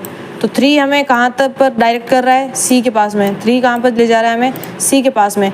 अगर हम दूसरे वाले फंक्शन में चेक करें तो ये जो c है यही यहाँ पर है, ये c हमें कहाँ लेकर जा रहा है, p के पास में। c का रिलेशन किसके साथ में, p के साथ में, यानी डायरेक्ट 3 का रिलेशन किसके साथ में हो गया, p के साथ में। तो ये आपका होता है f आफ्टर g। इसी तरह से आप g आफ्टर h भी निकाल सकते हैं, यानी उसके अंदर आप पहले यहाँ से स्टार्ट करेंगे। आप इस a से स्टार्ट कर रहे होंगे कि a आपको कहाँ लेकर जा रहा है, उस हिसाब से। एक और क्वेश्चन देखते हैं, जैसे अलजेब्रिक कंपोजिशन का। आपको क्वेश्चन अगर इस तरह से दिया होगा, कोई एक फंक्शन है और कोई दूसरा फंक्शन है, आपको g ऑफ f निकालना है और f ऑफ g निकालना है। कैसे निकाल रहे होंगे, तो सबसे पहले देखो, आपको कोई फंक्शन दिया है और आपको कोई दूसरा फंक्शन दिया है, g ऑफ f निकालना है। इसको आप कैसे लिख रहे होंगे, g f आफ्टर g लिखा है ना, तो आपको f इसके अंदर लिख देना है, अंदर लिख दिया। अब जो भी आपके f(x) की वैल्यू पुट कर देनी है। तो f(x) कितना है, 2x+3 है। f(x) कितना है, 2x+3 है, हमने वैल्यू पुट कर दी। अब g और अंदर कुछ ना कुछ वैल्यू आ गई है, और हमें क्वेश्चन के अंदर कुछ ना कुछ वैल्यू दी हुई होती है। क्वेश्चन में जो हमें x दिया होता है ना, उस x की जगह तो ये वैल्यू पुट हो जाती है। रिमेनिंग जो पार्ट है एज इट इज़ हम लिख देते हैं। तो जब हम g हटाएंगे तो इस x की जगह तो एज इट इज़ ये वैल्यू आ गई 2x + 3, हमने कोई चेंज नहीं करा। अब रिमेनिंग पार्ट क्या बचा भाई, इसके पास तो और कुछ था ही नहीं प्लस माइनस में, इसके पास एक स्क्वायर लगा हुआ था। हमने बोला दिक्कत क्या है, इसके भी स्क्वायर लगा, तो इसका क्या कर दिया, होल स्क्वायर कर दिया। अब a + b का स्क्वायर क्या होता है, a का स्क्वायर प्लस आपका b का स्क्वायर प्लस आपका 2ab, यही होता है। या फिर a² + 2ab + b स्क्वायर कर दो, एक ही बात है। तो सबसे पहले a स्क्वायर करा तो 2 और x का स्क्वायर हो गया, 2 का स्क्वायर 4 और x का स्क्वायर x²। फिर हमने 3 का स्क्वायर करा तो 3 3 9 हो गया। फिर अपना 2ab, 2 × a × b, तो 2 × 2x करेंगे हो जाएगा 4x, 4x × 3 करेंगे तो हो जाएगा 12x, 4 × 3x करेंगे तो हो जाएगा 12x। तो ये आपका निकल गया f आफ्टर g। अब आपको निकालना है g आफ्टर a, सेम वही चीज़, आफ्टर किसके, g आफ्टर किसके, f के। तो इस बार f बाहर आ जाएगा और अंदर क्या आ जाएगा आपका gx फंक्शन आ जाएगा। अब gx की जो भी वैल्यू पुट कर दो भाई, gx की जगह हमारे पास में था x², gx की जगह क्या था x²। अब हमें हमारे पास में जो f का गिवन है फंक्शन कितना है 2x + 3, कितना है 2x + 3। ध्यान रखना जो मेरे पास में x वाली टर्म है, जो मेरे पास में x वाली टर्म है, इस x की जगह मैं एज इट इज़ लिखूंगी x²। ठीक है भाई, मैंने एज इट इज़ लिख दिया। अब हमें फंक्शन ये बोल रहा है कि मुझे जो है g आफ्टर f निकालना है, तो मैंने x की जगह एज इट इज़ लिख दिया। बाकी मेरे पास इधर ऊपर लेफ्ट राइट में जो भी वैल्यूज है मैं एज इट इज़ लिख दूंगी। तो x से पहले मेरे पास में क्या है, मल्टीप्लाई के अंदर 2 है, तो मेरे पास x के मल्टीप्लाई में क्या है 2 है, वो मैंने एज इट इज़ मल्टीप्लाई में 2 लिख दिया। फिर इस x वाली टर्म के बाद मेरे पास प्लस है और फिर 3 है, तो मैंने इसके बाद प्लस लगा दिया और फिर क्या कर दिया 3 कर दिया, बस ऐसे ही काम करना है। तो ये आपका क्या निकल गया, आपका g आफ्टर f निकल गया। तो आई होप आप इस तरह का अब जब कंपोजिशन आएगा तो आप वो कर पाओगे, g आफ्टर f या f आफ्टर g, और उनको डिफाइन इजीली कर पाओगे। इसी तरह से अगर कोई डिस्क्रीट मैपिंग का आ जाए, आपको एक सेट ए दे दे, कोई सेट b दे दे, कोई सेट c दे दे, और g after f after g और f आफ्टर g निकालने को बोले, यहाँ पर देखो एलिमेंट वाइज है, और या फिर आपको g आफ्टर f या f आफ्टर g निकालने को बोले तो आप कैसे निकाल रहे होंगे। सबसे पहले देखो, सबसे तो सिंपल तरीका यही हो गया, आप स्टार्ट कर रहे हो यहाँ 1 से, 1 कहाँ पर लेके जा रहा है आपको a के पास में, 1 कहाँ लेके जा रहा है आपको a के पास में। ठीक है, नेक्स्ट आपने चेक करा भाई a अब दूसरे वाले फंक्शन के अंदर कहाँ लेके जा रहा है, x के पास में। अब a आपको यहाँ पर कहाँ लेके जा रहा है, x के पास में, यानी इसका सबसे पहला आपका जो नया कंपोजिशन रिलेशन बना रहे हो, आप क्या बना रहे हो, g ऑफ f बना रहे हो। उस सेट का जो सबसे पहला एलिमेंट आ गया वो क्या आ गया, ये वाला और ये वाला आ गया, यानी वहाँ पर आ गया 1, x आ गया, मतलब पहला एलिमेंट बन गया। नेक्स्ट एलिमेंट चेक करते हैं। नेक्स्ट अब देखो अपने पास में क्या है, 2 है, 2 से हम कहाँ पहुँच रहे हैं, b के पास में। 2 हमें कहाँ लेकर जा रहा है, b के पास में। अब b को हम चेक करते हैं नेक्स्ट फंक्शन में, b हमें कहाँ लेके जा रहा है, y के पास में। b हमें कहाँ पर लेके जा रहा है, y के पास में। तो अपना जो नया कंपोजिट वो बन रहा है उसके अंदर कहाँ से कहाँ जाएगा, 2 से y के पास में। तो दूसरा हमारे पास बन गया 2, y, दूसरा अपने पास क्या बन गया 2, y। इसी तरह से नेक्स्ट के लिए चेक करते हैं। नेक्स्ट अपने पास में कितना है 3 का रिलेशन किसके साथ में, a के पास में। 3 हमें लेके जा रहा है a के पास में। दूसरे फंक्शन में चेक करते हैं भाई a कहाँ लेके जा रहा है, तो हमें यहाँ देखो a हमें लेके जा रहा है x के पास में। हम वापस उसी के पास जा सकते हैं क्योंकि जो एलिमेंट लेके जा रहा है उसी के पास तो जा रहे होंगे। तो a हमें कहाँ लेके जा रहा है यार, x के पास में। ध्यान से देखो, तो a हमें कहाँ लेके जा रहा है, x के पास में लेके जा रहा है। तो मतलब हम इनडायरेक्टली कहाँ से कहाँ पहुँच रहे हैं, हम पहुँच रहे हैं 3 का रिलेशन बना रहे हैं x के साथ में। तो यहाँ तीसरा और आ जाएगा, 3 का रिलेशन बन रहा है x के साथ में। तो बस यही बन गया आपका नया f आफ्टर g, यही बन गया आपका नया कंपोजिट रिएक्शन। तो आई होप आपको ये कॉन्सेप्ट समझ आया होगा। बट एग्जाम के अंदर जब करके आओगे, अगर देखो 2 नंबर के अंदर आता है तो आप डायरेक्टली इस तरह से कर सकते हो, है ना। बट अगर 6 नंबर में या बड़े के अंदर क्वेश्चन आता है तो आप इस तरह से स्टेप बाय स्टेप करना है, हर एलिमेंट के लिए लिखना होगा और स्टेप बाय आपको डिटेल के अंदर करना रहेगा। तो देखो ये 1x 2y और 3x आया, ये अपना देखो 1x 2y और 3x आया। तो इसी तरह से रहेगा, ठीक है। अगर इसी तरह से अगर 3 फंक्शंस के बीच में हुआ, यानी 3 का निकालना हुआ कि h after f after g, इस तरह का कुछ क्वेश्चन हुआ तो कि g इंसर्कल कर रहा है आपका f को और f जो और इंसर्कल कर रहा है h को भी, यानी आपको 3 फंक्शन दिए हुए हैं, f ऑफ x दिया हुआ है, g ऑफ x दिया हुआ है और h ऑफ x दिया हुआ है। कुछ नहीं करना है, सेम ही प्रोसेस है। सेम ही प्रोसेस कैसे रहेगा, अगर 3 वैल्यूज है तो 3 के अंदर फंक्शन पे फंक्शन लिखते जाओ। सबसे पहले आप f of g of x लिख रहे थे अभी तक, अब इस x की जगह और अंदर जो फंक्शन है उसको डाल दो भाई। यहाँ पर अब और h फंक्शन है और इसके अंदर अब h x लिख दो, इसका एक और ब्रैकेट ऐड कर दो, इस तरह से। अब ध्यान से देखो, मैं ये करके बताती हूँ आपको। सबसे पहले अपने पास में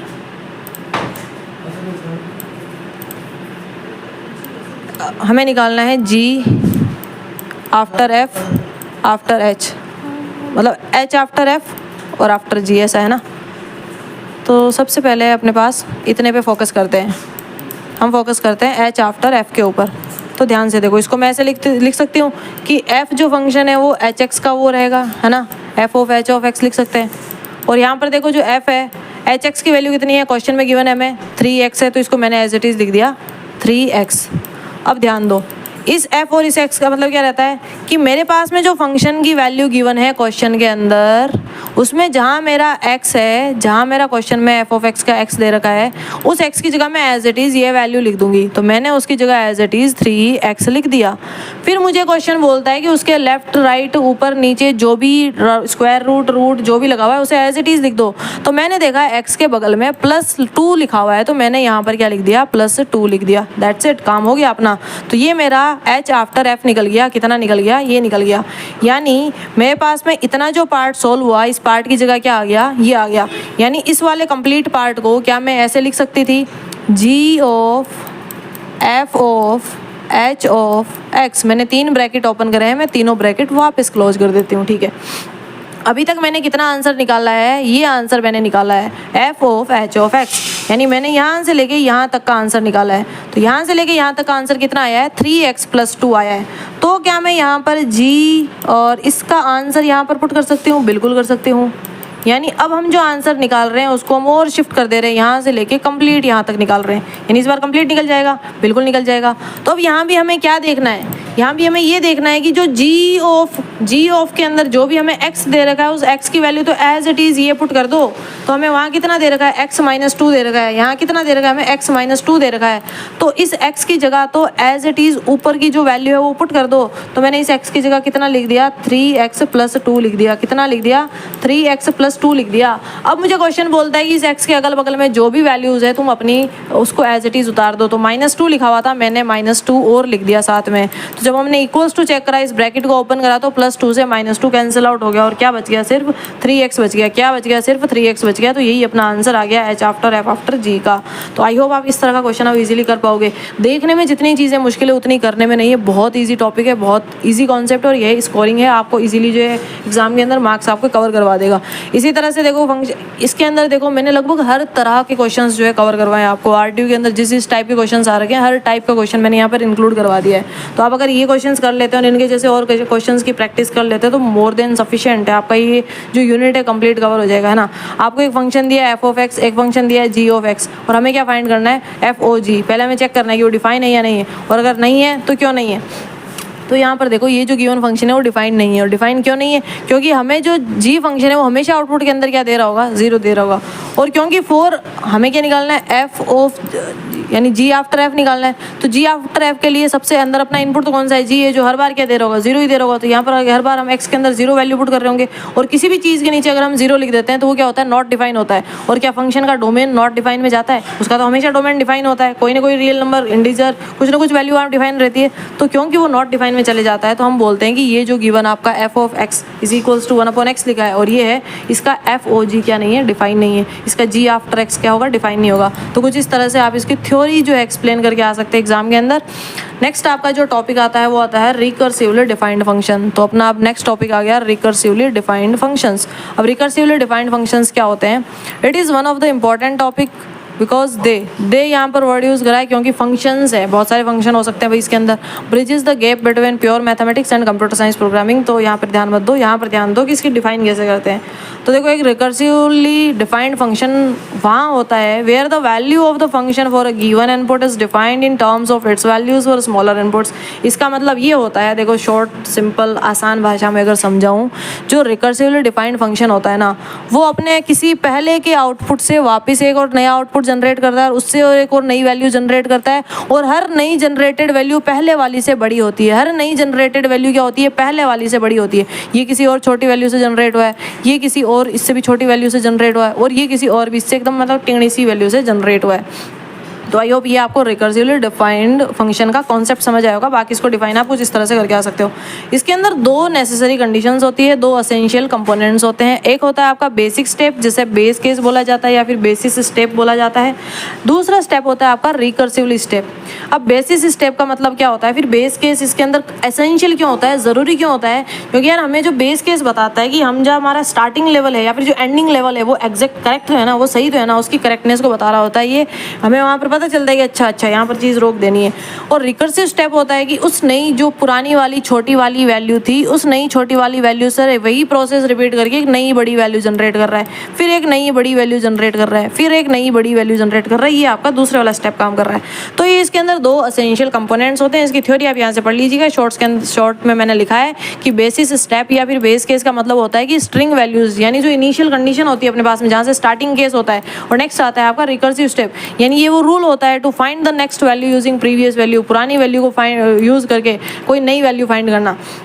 एग्जाम्पल भी केस के आपका फैक्टोरियल फंक्शन जो होता है और आपके फिबोनिक सीक्वेंस वाला आपका इसका क्लासिकल एग्जाम्पल के तौर पर आप ले सकते हो इसके कि किस तरह से होता है। मैं एक आपको समझा देती हूँ। फॉर एग्जाम्पल फैक्टोरियल वाला अगर समझाऊँ तो फैक्टोरियल के अंदर क्या होता है, अगर हम कहीं भी लिखते हैं 7 फैक्टोरियल इस तरह से लिखा हुआ होता है, या फिर कहीं आपको इस तरह से 7 फैक्टोरियल लिखा हुआ दिख जाएगा। इसका मतलब क्या होता है कि जो वैल्यू यहाँ पर लिखी हुई है वहाँ से लेके हम हर बार एक छोटी वैल्यू करते जा रहे हैं। हमने 7 के बाद 6 लिखा, मल्टीप्लाई में एक और छोटा करके लिखा 5, फिर एक और छोटा करके लिखा 4, फिर एक और बार छोटी करी वैल्यू 3, फिर एक बार छोटी करी 2, फिर एक बार छोटी करी 1, फिर एक बार छोटी करी लास्ट 1 तक आ गया ना। 1 आए तो हम रुक क्यों गए, क्योंकि 1 अपना क्या है यहाँ पर बेस केस है। 1 अपना क्या है बेस केस है, ये होता है इनिशियल कंडीशन जो बेस केस जिसकी वजह से हम रुक गए। तो 1 यहाँ पर बेस केस हो गया। और ये जो हम 7 के बाद एक फॉर एग्जांपल अगर 7 अपना n था तो हमने 6 के लिए क्या करा n-1 करा, हमने अगली वैल्यू के लिए क्या करा n-2 करा। तो ये जो हम कर रहे हैं कि एक पुरानी वैल्यू से एक नई वैल्यू जनरेट कर रहे हो, हर बार बड़ी आ रही है। क्योंकि ये जो आपकी 1 थी, अगर हमने ये यहाँ पर गए तो कैसे गए n+1 से, यहाँ गए तो n+2 से, यहाँ गए तो n+3 से, ऐसे तो जा रहे हैं। तो ये आपका रिकर्सिव स्टेप कहलाता है। क्या कहलाता है? रिकर्सिव स्टेप कहलाता है। तो आपका बेसिक स्टेप या बेसिस है, ये बेसिस स्टेप आपका FO हो गया कि F0 हो गया, F0 आपका 1 होगा हमेशा। और रिकर्सिव स्टेप क्या रहेगा यार आपका n इंटू जो पुरानी वाली वैल्यू थी वो आपकी n है, और जो नई रहेगी Fn-1 रहेगी। और ये n से 0 से बड़ी जितनी भी n वैल्यूज है सबके लिए अप्लाई होगा।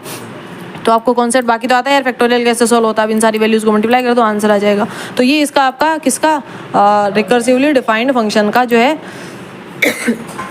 एग्जाम्पल हो गया। तो इसकी क्लासिकल एग्जाम्पल में 2 आप इंक्लूड करके आ सकते हो, फैक्टोरियल फंक्शन और फिबोनिक सीक्वेंस। बाकी मैंने यहाँ पर चीज़ें लिखी हुई है, आप इनसे जो है समझ सकते हो, ठीक है।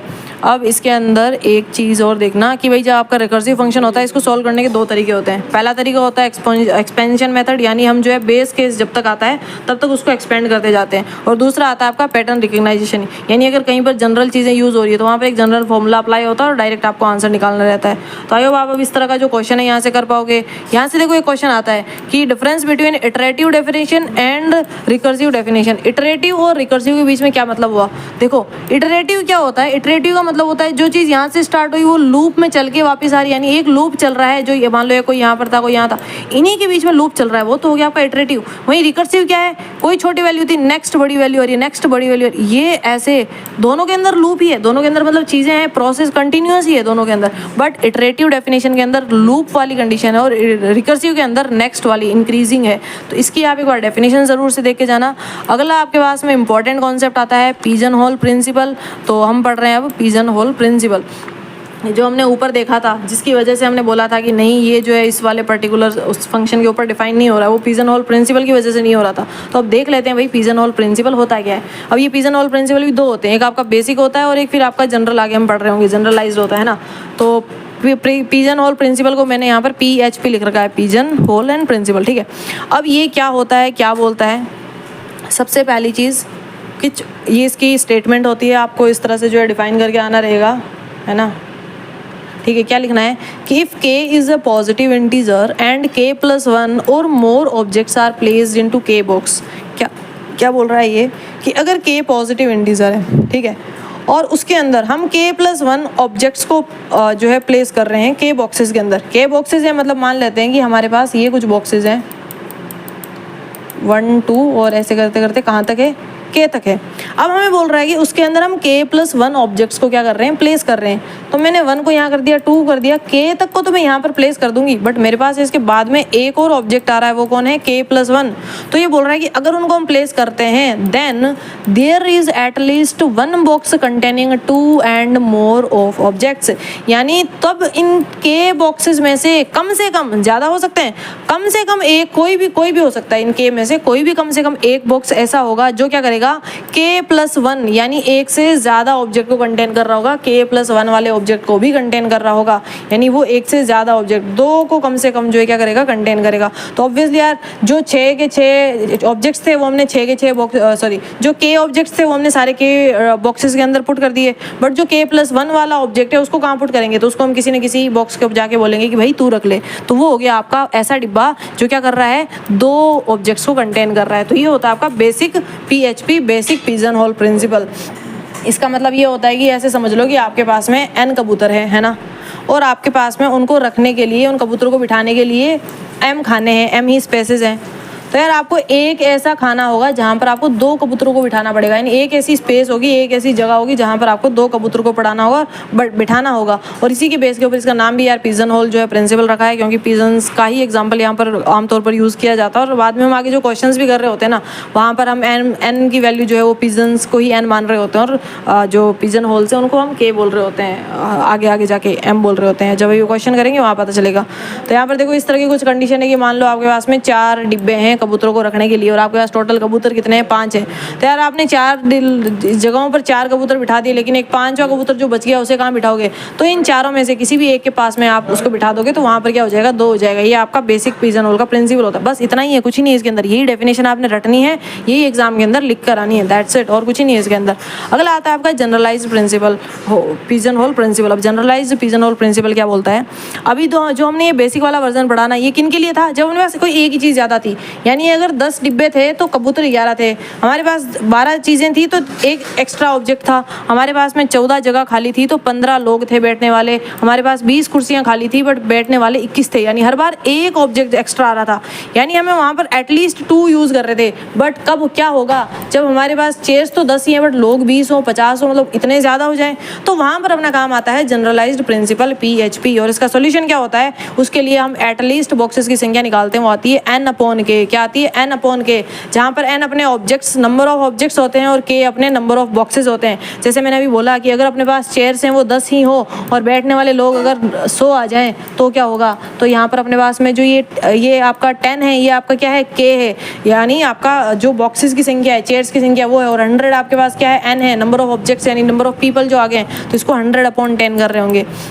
क्या कर रहे होंगे, 100/10 कर रहे होंगे। तो कितना आंसर आ जाएगा, 10 आ जाएगा। इसका मतलब कम से कम 10 लोगों को हम एक ही चेयर देंगे, यानी 10 लोगों को कितनी चेयर प्रोवाइड होगी, एक ही चेयर प्रोवाइड होगी, कम से कम 10 लोगों को, ठीक है। तो ये आपका जनरलाइज्ड PHP होता है, जिसमें n/k का कॉन्सेप्ट यूज होता है। और इसके अंदर ये जो ऐसा कंप्लीट ये बॉक्स है, इसका मतलब क्या होता है, इसका मतलब ये होता है कि जो नियरेस्ट वैल्यू होती है उसको राउंड अप कर लेगा। फॉर एग्जाम्पल ये तो 100 है, अगर क्या होता है यहाँ पर होता 98 लोग होते और 10 चेयर हमें बांटनी होती, तो हम कैसे करते, तो इसका आंसर आ जाता 9.8। तो ये हम 9.8 किसी को चेयर, 9.8 लोगों को भला एक चेयर कैसे दे सकते हैं, नहीं दे सकते ना, तो हम इसको राउंड अप कर देते हैं और इसको हम कर देते हैं 10 की, 10 लोगों को एक चेयर देगी।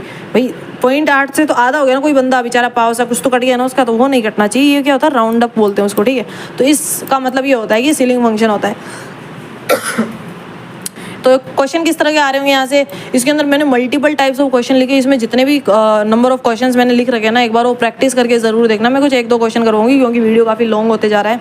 यहाँ से देखो कुछ इस तरह का क्वेश्चन आएगा कि अगर जो है 21 पिजन है आपके पास में, है ना, और 10 आपके पास में होल्स हैं उनको बिठाने के लिए, तो एटलीस्ट एक होल के अंदर कितनों को कंटेन कर रहे होंगे। तो यही वाला जनरलाइज वाला प्रिंसिपल यूज़ हो रहा है n/k। तो देखो n की वैल्यू यानी टोटल नंबर ऑफ जो ऑब्जेक्ट्स है वो कितने आपके पास 21 है, टोटल नंबर ऑफ पिजन्स कितने 21 है, अपॉन के अंदर टोटल नंबर ऑफ होल्स कितने, कि टोटल नंबर ऑफ आपके पास बॉक्सेस कितने के वो कितने आपके पास यहाँ 10 है, तो 21/10 करा, यानी 2.1 आया। अब आप किसी 2.1 कबूतर को कैसे बिठा सकते हो एक जगह पर, तो या तो 2 को बिठा सकते हो या 3 कबूतर को एक जगह बिठा सकते हो। तो इसको राउंड अप करके जो नेक्स्ट वैल्यू होती है वो लिख देते हैं, इसे बोलते हैं सीलिंग फंक्शन। तो ये 2.13 कैसे हो गया, सीलिंग फंक्शन की वजह से हो गया। तो इस तरह से इसका आंसर निकाल रहे होंगे।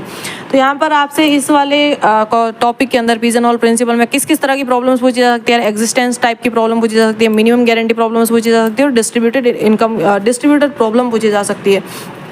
यहाँ पर मैंने ना आपके साथ में हर तरह की प्रॉब्लम्स जो इंक्लूड कर दी। आप एक बार इन क्वेश्चंस को चेकआउट जरूर करना। जैसे मैं कोई एक और दूसरा क्वेश्चन देख लेती हूँ कि show that among any group of 8 people, कि किन्हीं भी 8 लोगों का एक ग्रुप है, at least 2 were born in the same day of a week. एक वीक के अंदर कितने डेज होते हैं, वही 7 डेज होते हैं। और बोल रहे हैं कि 8 लोगों का ग्रुप है, ठीक है, तो एटलीस्ट 2 ऐसे लोग होंगे जो किसी एक दिन जो है पैदा हुए, क्योंकि 7 तो 7 दिन हो गए, बट कोई वो 8वां जो बंदा है वो किस दिन पैदा हो, इन्हीं 7 में से तो हो गए, क्योंकि वीक तो 7 ही होते हैं। तो यहाँ पर हमें रिवर्स वो करने के लिए बोल दिया इन्होंने। तो देखो अपने पास में पिजन्स एन कितने हो गए, 8 लोग हो गए, होल्स के कितने हो गए, 7 जो है दिन होते हैं वीक के अंदर। तो हम पीएचपी अप्लाई करेंगे और पीएचपी हमें क्या बोलता है, अगर एन जो है के से बड़ा होता है इट मीन्स कि किसी एक दिन में एक बॉक्स के अंदर हम 2 पिजन को बिठा रहे होंगे। तो इसका मतलब ये हो गया किसी एक दिन पर 2 लोगों का जन्मदिन आता है, किसी एक दिन पर 2 लोगों का बर्थ हुआ है। तो यहाँ से हम ये कंक्लूजन बोल देंगे कि at least 2 people must have born on the same day of the week. इस तरह के प्रूफ वाले क्वेश्चन आ सकते हैं। या फिर क्वेश्चन ऐसा दे देगा कि भाई एक बाउल है जिसमें 10 रेड बॉल है और 10 येलो बॉल है, तुम कितनी बार जो है उनको सेलेक्ट करोगे कि इंश्योर होगा कि 3 जो बॉल आई वो सेम कलर की हैं। तो यार इसके अंदर आपको वर्स्ट केस का सिनेरियो लेना होता है कि वर्स्ट केस के अंदर क्या होता है कि आपने पहली बार बॉल निकालनी चाहिए तो दोनों ही कैसी आ गई, आपकी रेड कलर की बॉल आ गई, या फिर आपने दूसरी बार निकाली तो दोनों ही कैसी बॉल आ गई, येलो कलर की बॉल आ गई। यानी टोटल कितनी बॉल निकाली हमने, 4 बॉल निकाल ली हमने, 2 तो निकाली पहली बॉल और दूसरी बॉल निकाली वो तो दोनों ही रेड आ गई, और हमने दूसरी 2 बॉल निकाली वो दोनों ही कैसी आ गई, येलो आ गई। तो वर्स्ट केस के अंदर क्या हो गया कि स्टार्टिंग की 4 बॉल आई और चारों के अंदर ही ऐसा कॉम्बिनेशन नहीं बना कि 3 बॉल सेम कलर की आ गई।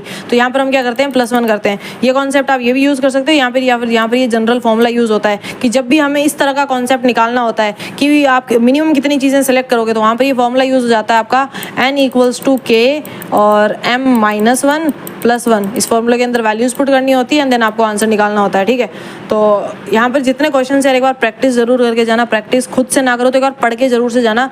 पूरा मैंने एकदम थ्योरी अच्छे से लिख रखी है, समझने वाली उसके अंदर है, एरोज करके जहाँ पर चीज़ें नहीं समझने की वहाँ समझा रखी है। तो एक बार ढंग से पढ़ना इन क्वेश्चन को। सारे तरह के क्वेश्चन, मतलब जितने तरह के क्वेश्चन आपके इस टॉपिक में से पिजन होल प्रिंसिपल में से बनते हैं। पिजन होल प्रिंसिपल का टॉपिक आगे भी है, pigeon hole and generalize pigeon hole principle. तो नोट्स के अंदर सबसे लास्ट में PDF को ओपन करना और वहाँ पर भी चेक करना एक बार कि और कौन से, शायद मैंने यहाँ 2 और 3 क्वेश्चन यहाँ पर और इंक्लूड कर रखे हैं। तो जो यहाँ पर क्वेश्चंस लिख रखे हैं और यहाँ पर क्वेश्चंस लिख रखे हैं ना, सबको जरूर से पढ़ के जाना। पिजन होल प्रिंसिपल के ऊपर से यहाँ पक्का से हर बार एक क्वेश्चन आता है। लास्ट आपके पास में 2 टॉपिक बचते हैं इस यूनिट के अंदर, एक आपका मैथमेटिकल इंडक्शन और आपका प्रूफ ऑफ कॉन्ट्राडिक्शन है। कंपोजिशन में हमने यहाँ पर देख लिया कंपोजिशन ऑफ फंक्शन। ये पता नहीं है बार बार 2 बार क्यों लिखा है टॉपिक, एक पिजन होल वाला भी 2 बार इंक्लूड है आपके और कंपोजिशन वाला भी 2 बार इंक्लूड है। ऑल्दो मैंने दोबारा लिखा है इन टॉपिक्स को, बट मैं यहीं तक अभी पढ़ा रही होंगी। इंडक्शन और कॉन्ट्राडिक्शन वाला, मैथमेटिकल इंडक्शन देख रहे होंगे और कॉन्ट्राडिक्शन देख रहे होंगे, क्योंकि कंपोजिशन वाला टॉपिक भी मैंने ऊपर आपको बहुत अच्छे से समझा दिया और ये पिजन होल के दोनों कॉन्सेप्ट, बेसिक वाला भी और जनरलाइज वाला भी अभी वाले जस्ट टॉपिक के अंदर बहुत अच्छे से समझा दिया। ठीक है, तो ये आपका टॉपिक फिनिश होता है। नेक्स्ट अपन ये क्वेश्चन देखो। नेक्स्ट आता है आपके पास में मैथमेटिकल इंडक्शन का टॉपिक। किसका आता है, मैथमेटिकल इंडक्शन का टॉपिक। तो इस तरह से समझो डोमिनो फॉलिंग का आपका जो केस होता है कि भाई कोई मान लो कोई चीज़ है, ये डोमिनोज यहाँ पर एग्जाम्पल लिया है, कोई भी चीज़ है, अगर एक चीज़ को धक्का देते हो और एक चीज़ गिरती है तो प्रिंसिपल ये बोलता है कि बाकी जो वहाँ पर चीज़ें रखी हुई वो भी गिर जाएगी, उसे डोमिनो फॉल इफेक्ट बोलते हैं। ठीक है, अब ये हम इसके अंदर क्या रहता है, इसको सबसे पहली चीज़ शॉर्ट के अंदर PMI लिख रहे होंगे, प्रिंसिपल ऑफ मैथमेटिकल इंडक्शन। इसकी यहाँ पर मैंने स्टेटमेंट लिख रखी है और कुछ इस तरह की यहाँ से प्रॉब्लम्स पूछी जाती है। पहली स्टेटमेंट क्या है कि if a statement is true for n = 1, कि कोई स्टेटमेंट है जो n = 1 के लिए क्या है, ट्रू है, तो हम अज्यूम करते हैं कि it is true for n = k। तो हम ये खुद से मान लेते हैं कि वो n = k के लिए भी ट्रू रहेगी। It implies that it is true for n = k + 1। तो इससे ये इम्प्लाई होता है कि भाई ये अब क्योंकि n = k के लिए ट्रू है तो ये k + 1 के लिए भी ट्रू होनी चाहिए, तब ये जितने भी नेचुरल नंबर्स है ना सबके लिए स्टेटमेंट ट्रू हो जाएगी। एक बार फिर से समझना, स्टेटमेंट बोल रही है ये जो प्रिंसिपल ऑफ मैथमेटिकल इंडक्शन बोलता है कि अगर कोई स्टेटमेंट है जो n = 1 पर ट्रू है तो दूसरे स्टेप के अंदर हम अज्यूम कर लेंगे कि वो n = k के लिए भी ट्रू होगी, और तीसरे के अंदर हम प्रूफ कर रहे होंगे कि वो k + 1 के लिए भी ट्रू है। और जब ये तीनों चीज़ें हो जाएगी तो हम क्या बोल रहे होंगे कि वो जितने भी नेचुरल नंबर से सबके लिए ट्रू है, जितने भी नेचुरल नंबर से सबके लिए ट्रू है। बस ये ऐसी स्टेटमेंट है। अब आपको समझ आ रही है नहीं आ रही है आई डोंट नो, ये 3 स्टेप्स है इसके अंदर, है ना। नहीं समझ आए तो रट लेना, बाकी भी हम क्वेश्चन जो आपको कराऊंगी तो आपको अच्छे से समझ आ जाएगी। अब आपका जो इंडक्शन प्रॉब्लम वाली क्वेश्चन है, मैथमेटिकल इंडक्शन वाला टॉपिक है, यहाँ से कुछ क्वेश्चंस आते हैं, जैसे समेशन की प्रॉब्लम्स आपसे पूछ ली, इनइक्वालिटीज़ की पूछ ली, डिविजिबिलिटीज़ की पूछ ली और रिकरेंस रिलेशन की पूछ ली। तो मैंने सारे type of problems already mention कर रखी है। आप इसके अंदर ये जो क्वेश्चन है चेकआउट ज़रूर से करना, मैंने सारे टाइप ऑफ क्वेश्चन यहाँ पर इंक्लूड कर रखे हैं ना। तो अभी मैं आपको समझा देती हूँ ये जो स्टेटमेंट थी वो बोल क्या रही थी। पहली चीज़ देखो, आपका जो PMI है, प्रिंसिपल ऑफ मैथमेटिकल इंडक्शन है, इसके अंदर 3 स्टेप्स हैं। कोई भी क्वेश्चन आएगा यही 3 स्टेप्स फॉलो होंगे। आपको किसी भी क्वेश्चन में अगर ये लिखा हुआ दिख जाएगी मैथमेटिकल इंडक्शन से प्रूव करो या मैथमेटिकल इंडक्शन से सॉल्व करो, आपने क्या करना है, सबसे पहले बेस केस लिख देना है वो, ठीक है। दूसरे स्टेप के ऊपर एज्यूम कर लेना और तीसरे स्टेप के ऊपर जो हमें क्वेश्चन में प्रूव करना है वो प्रूव कर देना। कैसे ना कैसे आंसर निकाल देना। टीचर स्टेप्स नहीं देख रहा होता है उसके अंदर, जिसको ये तीनों केस आते हैं ना और जिनको लैंग्वेज आती है ना उसको यहाँ पर पूरे नंबर मिल जाएंगे, चाहे आपको वहाँ प्रूफ निकालना नहीं आ रहा है। ये 3 स्टेप्स लिख देना, मैं भी बताऊंगी किस तरह से। सबसे पहला स्टेप लिखना है आपको बेस केस, जहाँ पर क्या लिखना है कि check for n equals to 1, हम वैल्यू पुट करेंगे और चेक करेंगे, देन आंसर सही आ रहा होगा तो हम बोल देंगे इट इज़ ट्रू और हम आगे बढ़ रहे होंगे कि n इक्वल्स टू 1 के लिए वैल्यू कैसी है, ट्रू है। ये यहाँ तक की अपनी स्टेटमेंट कंप्लीट हो गई। अब ये ट्रू है तो दूसरा स्टेप होता है, उसको बोलते हैं इंडक्टिव हाइपोथेसिस। ये नाम जरूर से लिख देना। दूसरे स्टेप को क्या बोलते हैं, इंडक्टिव हाइपोथेसिस। ये क्या होता है, इसके अंदर हमको खुद ही मानना होता है, क्योंकि अपना पहला ट्रू हो गया। ये कब से ट्रू हुआ, जो क्वेश्चन के अंदर जो भी कुछ कंडीशन दी होगी उसकी वैल्यू पुट करने के बाद ट्रू हुआ। तो दूसरी कंडीशन हम खुद से मान लेते हैं, उसे बोलते हैं इंडक्टिव हाइपोथेसिस। और हम क्या मान लेते हैं कि n 1 के लिए ट्रू है तो हम ये मान लेते हैं कि n k के लिए भी ट्रू है, कि n किसके लिए ट्रू है, k के लिए भी ट्रू है। तो हम बोल देते हैं this principle of mathematical induction for k is also true. ये मान लेते हैं। हर बार ये 2 ही लाइन लिखनी रहेगी आपको, आपके जो भी क्वेश्चन होगा। अब ये तीसरा स्टेप आता है इंडक्टिव स्टेप। यहाँ पर अपन को प्रूफ करना रहता है। क्या प्रूफ करना रहता है, यहाँ तक अपनी कंडीशन हो गई कि n इक्वल्स टू k के लिए भी ट्रू है। अब हमें प्रूफ करना है कि वो k प्लस 1 के लिए भी ट्रू है। और जब k प्लस 1 के लिए ट्रू हो जाती है ना तो हम बोलते हैं कि स्टेटमेंट जितने भी नेचुरल नंबर से सबके लिए ट्रू होगी। एक क्वेश्चन के थ्रू समझाती हूँ। एक क्वेश्चन इस तरह का आ गया कि sum of first n natural number से उनको कुछ इस तरह से प्रूव करो और बोल दिया मैथमेटिकल इंडक्शन से करो। तो कैसे करोगे, सबसे पहला स्टेप क्या करोगे आप, बेसिक स्टेप लिखोगे। क्या लिखोगे, सबसे पहला स्टेप बेसिक स्टेप लिखोगे। और आप मान लेते हो n इक्वल्स टू 1 है। आप क्या मान लेते हो, n इक्वल्स टू 1 है। तो आप इसका जो LHS पार्ट है उसका n की वैल्यू आपने 1 मान ली कि भाई 1 से n तक वैल्यूज है ना, तो आपने मान ली सिर्फ वो 1 एक ही वैल्यू है। अब आप RHS के अंदर चेक करोगे क्या क्या n इक्वल्स टू 1 के लिए ट्रू है क्या। तो हमने यहाँ n था, इसकी जगह वैल्यू 1 पुट कर दी, फिर ब्रैकेट के अंदर एक और 1 था, यहाँ वैल्यू 1 पुट कर दी, फिर प्लस 1 है। तो इसको सॉल्व करा तो 1 प्लस 1 कितना आ गया, 2, और मल्टीप्लाई में बाहर कितना है 1, तो यहाँ पर आ गया 1। 1 इंटू 2 अपॉन 2, 2 से 2 कैंसिल आउट हो गया, कितना बच गया, 1 बच गया। यानी n की वैल्यू LHS के अंदर तो 1 थी, मानी थी हमने। RHS वाले को इसको पार्ट को सॉल्व करा तो क्या अपनी n इक्वल्स टू 1 ही आई है, बिल्कुल आई है। यानी P principle mathematical induction for 1 क्या है, ट्रू है। पहली स्टेटमेंट हो गई। दूसरा अपना क्या आता है, इंडक्टिव हाइपोथेसिस। हम मान लेंगे कि P K के लिए भी ट्रू है, जैसे कि P आपका n के लिए ट्रू था n इक्वल्स टू 1 के लिए, तो हम मान लेंगे कि ये k के लिए भी ट्रू होगा। जो अपना सेकंड वाला स्टेटमेंट है कि n बराबर k अगर माने, यानी इस n की जगह अगर हम k ले तो ट्रू रहेगा। यानी जहाँ जहाँ n था वहाँ में वैल्यू इस बार क्या पुट कर देनी है, k पुट कर देनी है। तो हम 1 से लेके जो ये n था इस n को रिप्लेस कर देंगे k से, और जो ये n था इसको रिप्लेस कर देंगे k से, और जो ये n था उसको रिप्लेस कर देंगे k से, क्योंकि अपनी स्टेटमेंट n के लिए ट्रू थी और यहाँ हम एज्यूम कर रहे हैं कि n किसके बराबर है, k के बराबर है। तो ये अपना इंडक्टिव हाइपोथेसिस होता है। बस सेकंड आपका जो स्टेप है यहीं पर फिनिश हो जाता है, यही लिखना है आपको।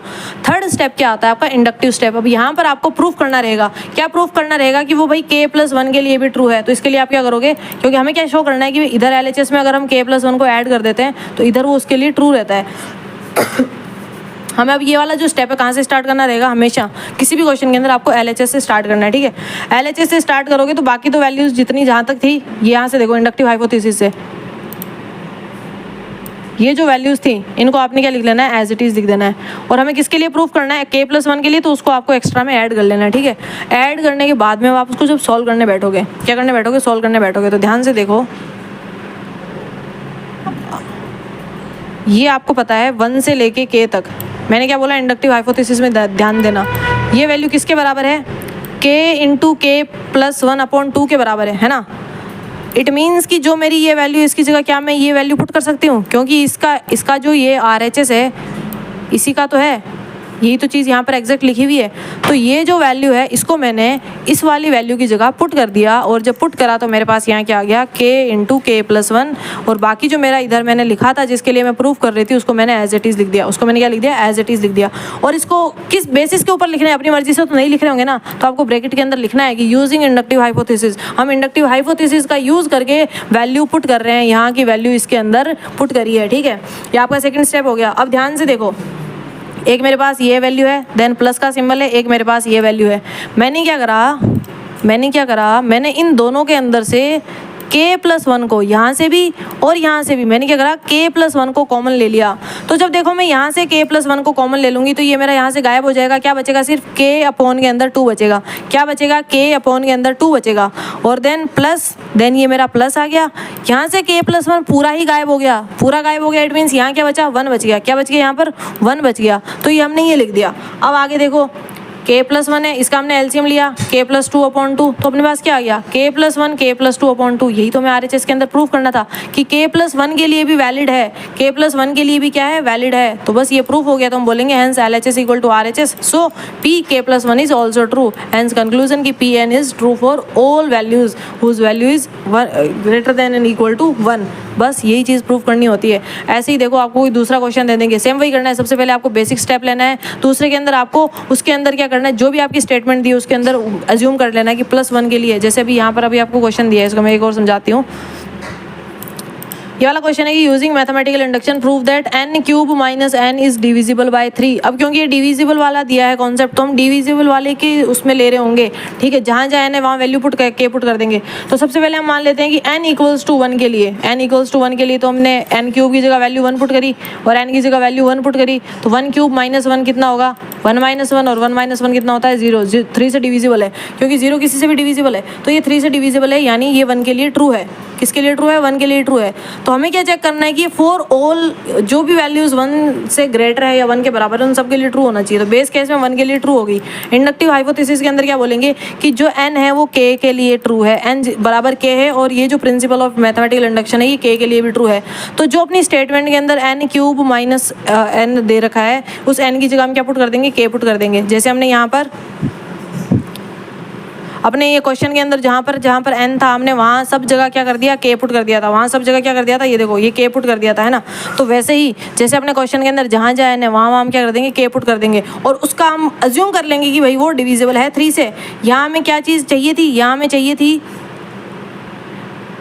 कि जो फर्स्ट n नेचुरल नंबर्स का है वो RHS के इक्वल में है। तो हमने RHS के इक्वल में उसे एज्यूम कर लिया था कि भाई k के लिए भी RHS में इक्वल है। बट अभी हमें चाहिए कि वो n नंबर है जो 3 से डिविजिबल हैं, तो हम यहाँ एज्यूम कर लेंगे कि k के लिए भी ये 3 से डिविजिबल हैं। यानी k³ जो -3 है वो किससे डिविजिबल है, 3 से। किसी पर्टिकुलर नंबर या किसी पर्टिकुलर इंटीजर m के लिए, किसी पर्टिकुलर नंबर या किसी पर्टिकुलर इंटीजर m के लिए। तो ये 3 उधर जाके मल्टीप्लाई हो जाएगा। तो मैं k³ - 3 को क्या इक्वल्स टू मैं 3m लिख सकती हूँ, बिल्कुल लिख सकती हूँ, किसी इंटीजर m के लिए।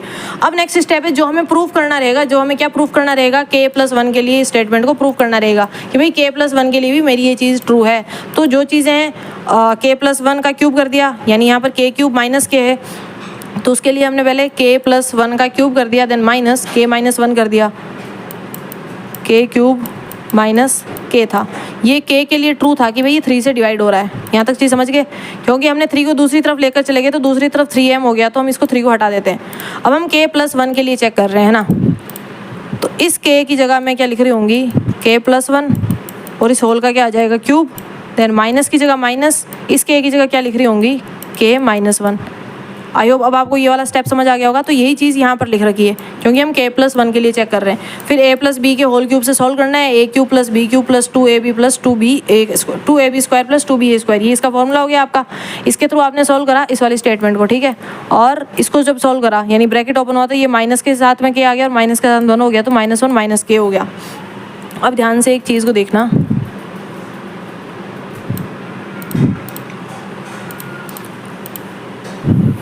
कि यहाँ पर इसको कंप्लीट सॉल्व कर लिया। सॉल्व करने के बाद में मैं इसको ऐसे लिख सकती हूँ, k का क्यूब + 3k का स्क्वायर + 3k + 1, देन ये बाहर वाला -k, क्योंकि ब्रैकेट हटा सकते हैं, और फिर ये बाहर वाला -1। इनको ऐसे लिख सकते हैं, बिल्कुल लिख सकते हैं। अब आगे ध्यान दो, +1 से क्या -1 कैंसिल हो गया, बिल्कुल कैंसिल हो गया। और आगे ध्यान दो, यहाँ पर है मेरे पास में k³ और यहाँ पर है मेरे पास में -k। अब ध्यान देना हम क्यों ले रहे हैं, हम 3 वाला हम क्या क्या चाह रहे हैं कि हमारा जो है 3 से डिवाइड हो, और कोई भी चीज़ 3 से डिवाइड कब होगी, जब ऊपर वाली 3 की मल्टीपल होगी, है ना। तो हम ये चाहेंगे कि 3 कुछ ऐसा कॉमन आ जाए कि हम बोल दें अच्छा ये तो 3 का मल्टीपल है तो डिवाइड हो जाएगा।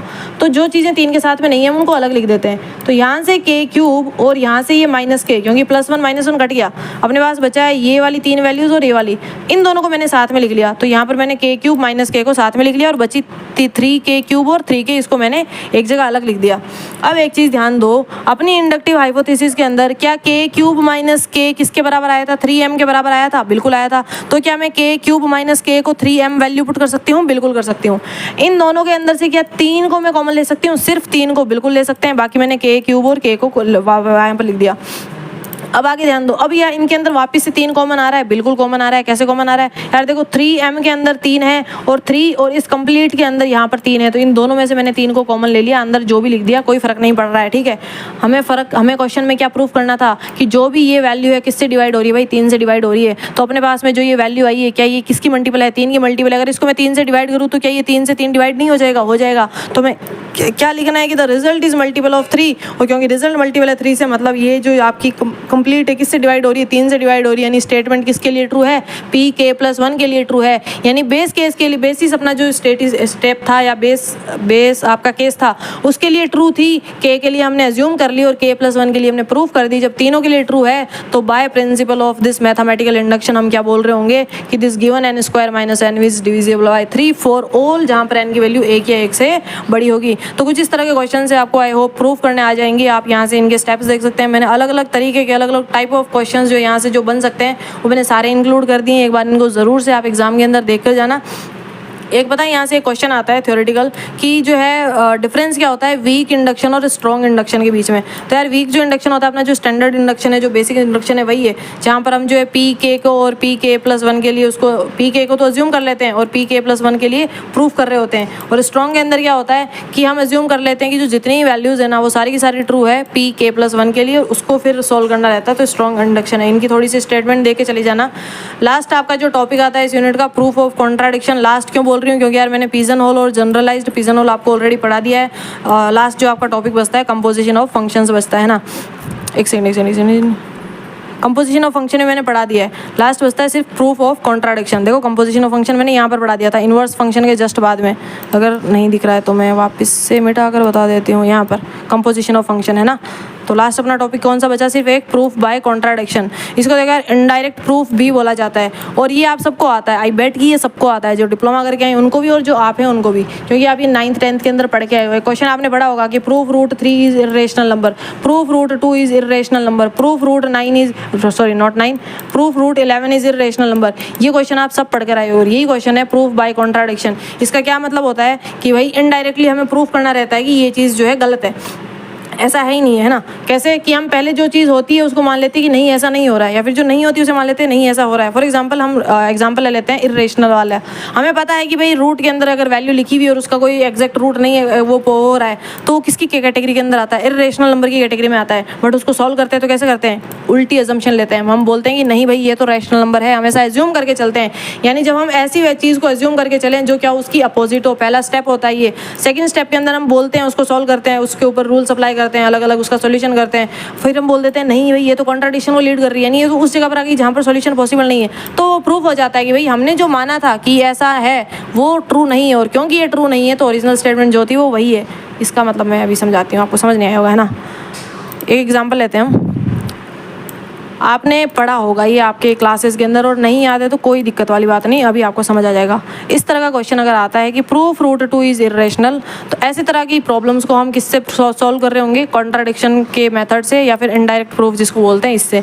इसमें क्या रहता है, हमको क्वेश्चन में क्या प्रूफ करना है, इर्रेशनल। तो पहला स्टेप क्या है कि आपको अज्यूम उसका अपोजिट करना है। इर्रेशनल प्रूफ करना है तो हम पहले स्टेप में अज्यूम कर लेंगे कि ये क्या है, रैशनल है। दूसरे स्टेप में हमें क्या करना है, it leads to contradiction. Question यानी उसके ऊपर हम रूल्स अप्लाई करेंगे, उसको सॉल्व करेंगे, पूरा डिड्यूस करेंगे, डिड्यूस करके वैल्यू सब्स्टिट्यूट करेंगे और वहाँ तक जाएंगे जब तक हमें ऐसा लगेगा कि अच्छा अब तो यहाँ पर क्या है, ये इसको कॉन्ट्राडिक्ट कर रहा है, ये तो वैसा नहीं है जो हमने एज्यूम करा था। तो उस कॉन्फ्लिक्ट को बताएंगे और बोलेंगे कि नहीं भाई ये तो हमने जो मानी थी स्टेटमेंट वो क्या है उसके जैसी नहीं है भाई, उसको तो फेल कर रही है। यानी हमने रैशनल, उसको ये रैशनल कर लेना यार, है ना, रैशनल लिखा हुआ है, रैशनल कर लेना। तो जो रैशनल स्टेटमेंट हमने माना था कि भाई रूट टू रैशनल है, इसको क्या कर दिया, यहाँ पर आकर कॉन्ट्राडिक्ट कर दिया। तो फाइनल हम जो उसको क्या कर देते हैं, हम बोल देते हैं कि हमारी तो ओरिजिनल स्टेटमेंट ही ट्रू थी। तो जो हमें प्रूफ करना था कि रूट टू इरेशनल है, हम बोल देते हैं हाँ भाई हमारा रूट टू ही इरेशनल है, हमने जो माना है वो तो गलत है। तो बस यही करना रहता है। इसको जो डिड्यूस करने का मेथड आपको पता ही है, कंपोजिशन ऑफ फंक्शन ये मैंने आपको बता ही दिया, एफ आफ्टर जी और जी आफ्टर एफ, ये वाला कॉन्सेप्ट। यहाँ पर कुछ और क्वेश्चंस लिखे हुए हैं तो इनको और सॉल्व करके देख लेना आप। फिर मैंने पिजन होल और जनरलाइज्ड पिजन होल का कॉन्सेप्ट भी आपको बता दिया, ये बेसिक पीएचपी क्या होता है, जनरलाइज्ड पीएचपी क्या होता है, और इसके बेसिक के ऊपर मैंने 1, 2 और 2 क्वेश्चन यहाँ भी इंक्लूड करें। ये देखो, ये थोड़ा सा कॉन्सेप्ट देख लो। बेसिक पीएचपी के अंदर क्या होता है, एन अगर के से ग्रेटर होता है तो उसका क्या मतलब होता है कि एटलीस्ट एक होल के अंदर 2 या 2 से ज़्यादा आइटम एग्जिस्ट करेंगे। जनरलाइज्ड पीएचपी के अंदर क्या होता है कि अपने पास एन नंबर ऑफ आइटम्स होते हैं, के नंबर ऑफ होल्स होते हैं, तो हमें जब एटलीस्ट एक होल के अंदर कितने आइटम आएंगे पता करना होता है, तो एन अपॉन के वैल्यू, एन अपॉन के का फॉर्मूला अप्लाई करते हैं। और जब हमें इनवर्स पीएचपी जो हमने प्रूफ वाला क्वेश्चन देखा था वो करना होता है, तो हमारा ये फॉर्मूला लग जाता है, एन इक्वल्स टू के एम माइनस 1 प्लस के प्लस 1, जहाँ पर अपना एन क्या होता है, जो भी भाई हम लोग को वैल्यू निकालनी है, जितना मिनिमम की कितने इसके अंदर आ रहे होंगे, ठीक है। एम आपके कि कितने हमें आइटम्स की नीड है वो एम के अंदर आ जाएगा। तो ये इस तरह से आपके जो टॉपिक्स हैं वो कवर होते हैं सारे के सारे। इसी के साथ में आपका जो ये यूनिट है सेकंड 3 पार्ट्स के बाद में आज फिनिश होता है। हमने सबसे पहले पार्ट में सेट थ्योरी जो है पढ़ लिया, फिर रिलेशंस और अब फंक्शंस। आई होप कि आपको सेट थ्योरी, रिलेशंस और फंक्शंस कंप्लीट समझ आए होंगे। मैंने ट्राई करा है कि मैं हर तरह के क्वेश्चंस आपको इसमें सॉल्व करवा पाऊँ। आज वाला वीडियो काफ़ी ज़्यादा लेंदी हो गया, तो मैंने कुछ क्वेश्चंस जो है सिर्फ आपको पीडीएफ के अंदर आपको मिल जाएंगे, बाकी मैंने जो है ऐसे समझाकर नहीं बताएं। तो आई होप कि आपके सारे कॉन्सेप्ट जो है क्रिस्टल क्लियर होंगे। Thank you everyone for watching the video and all the very best for your exams.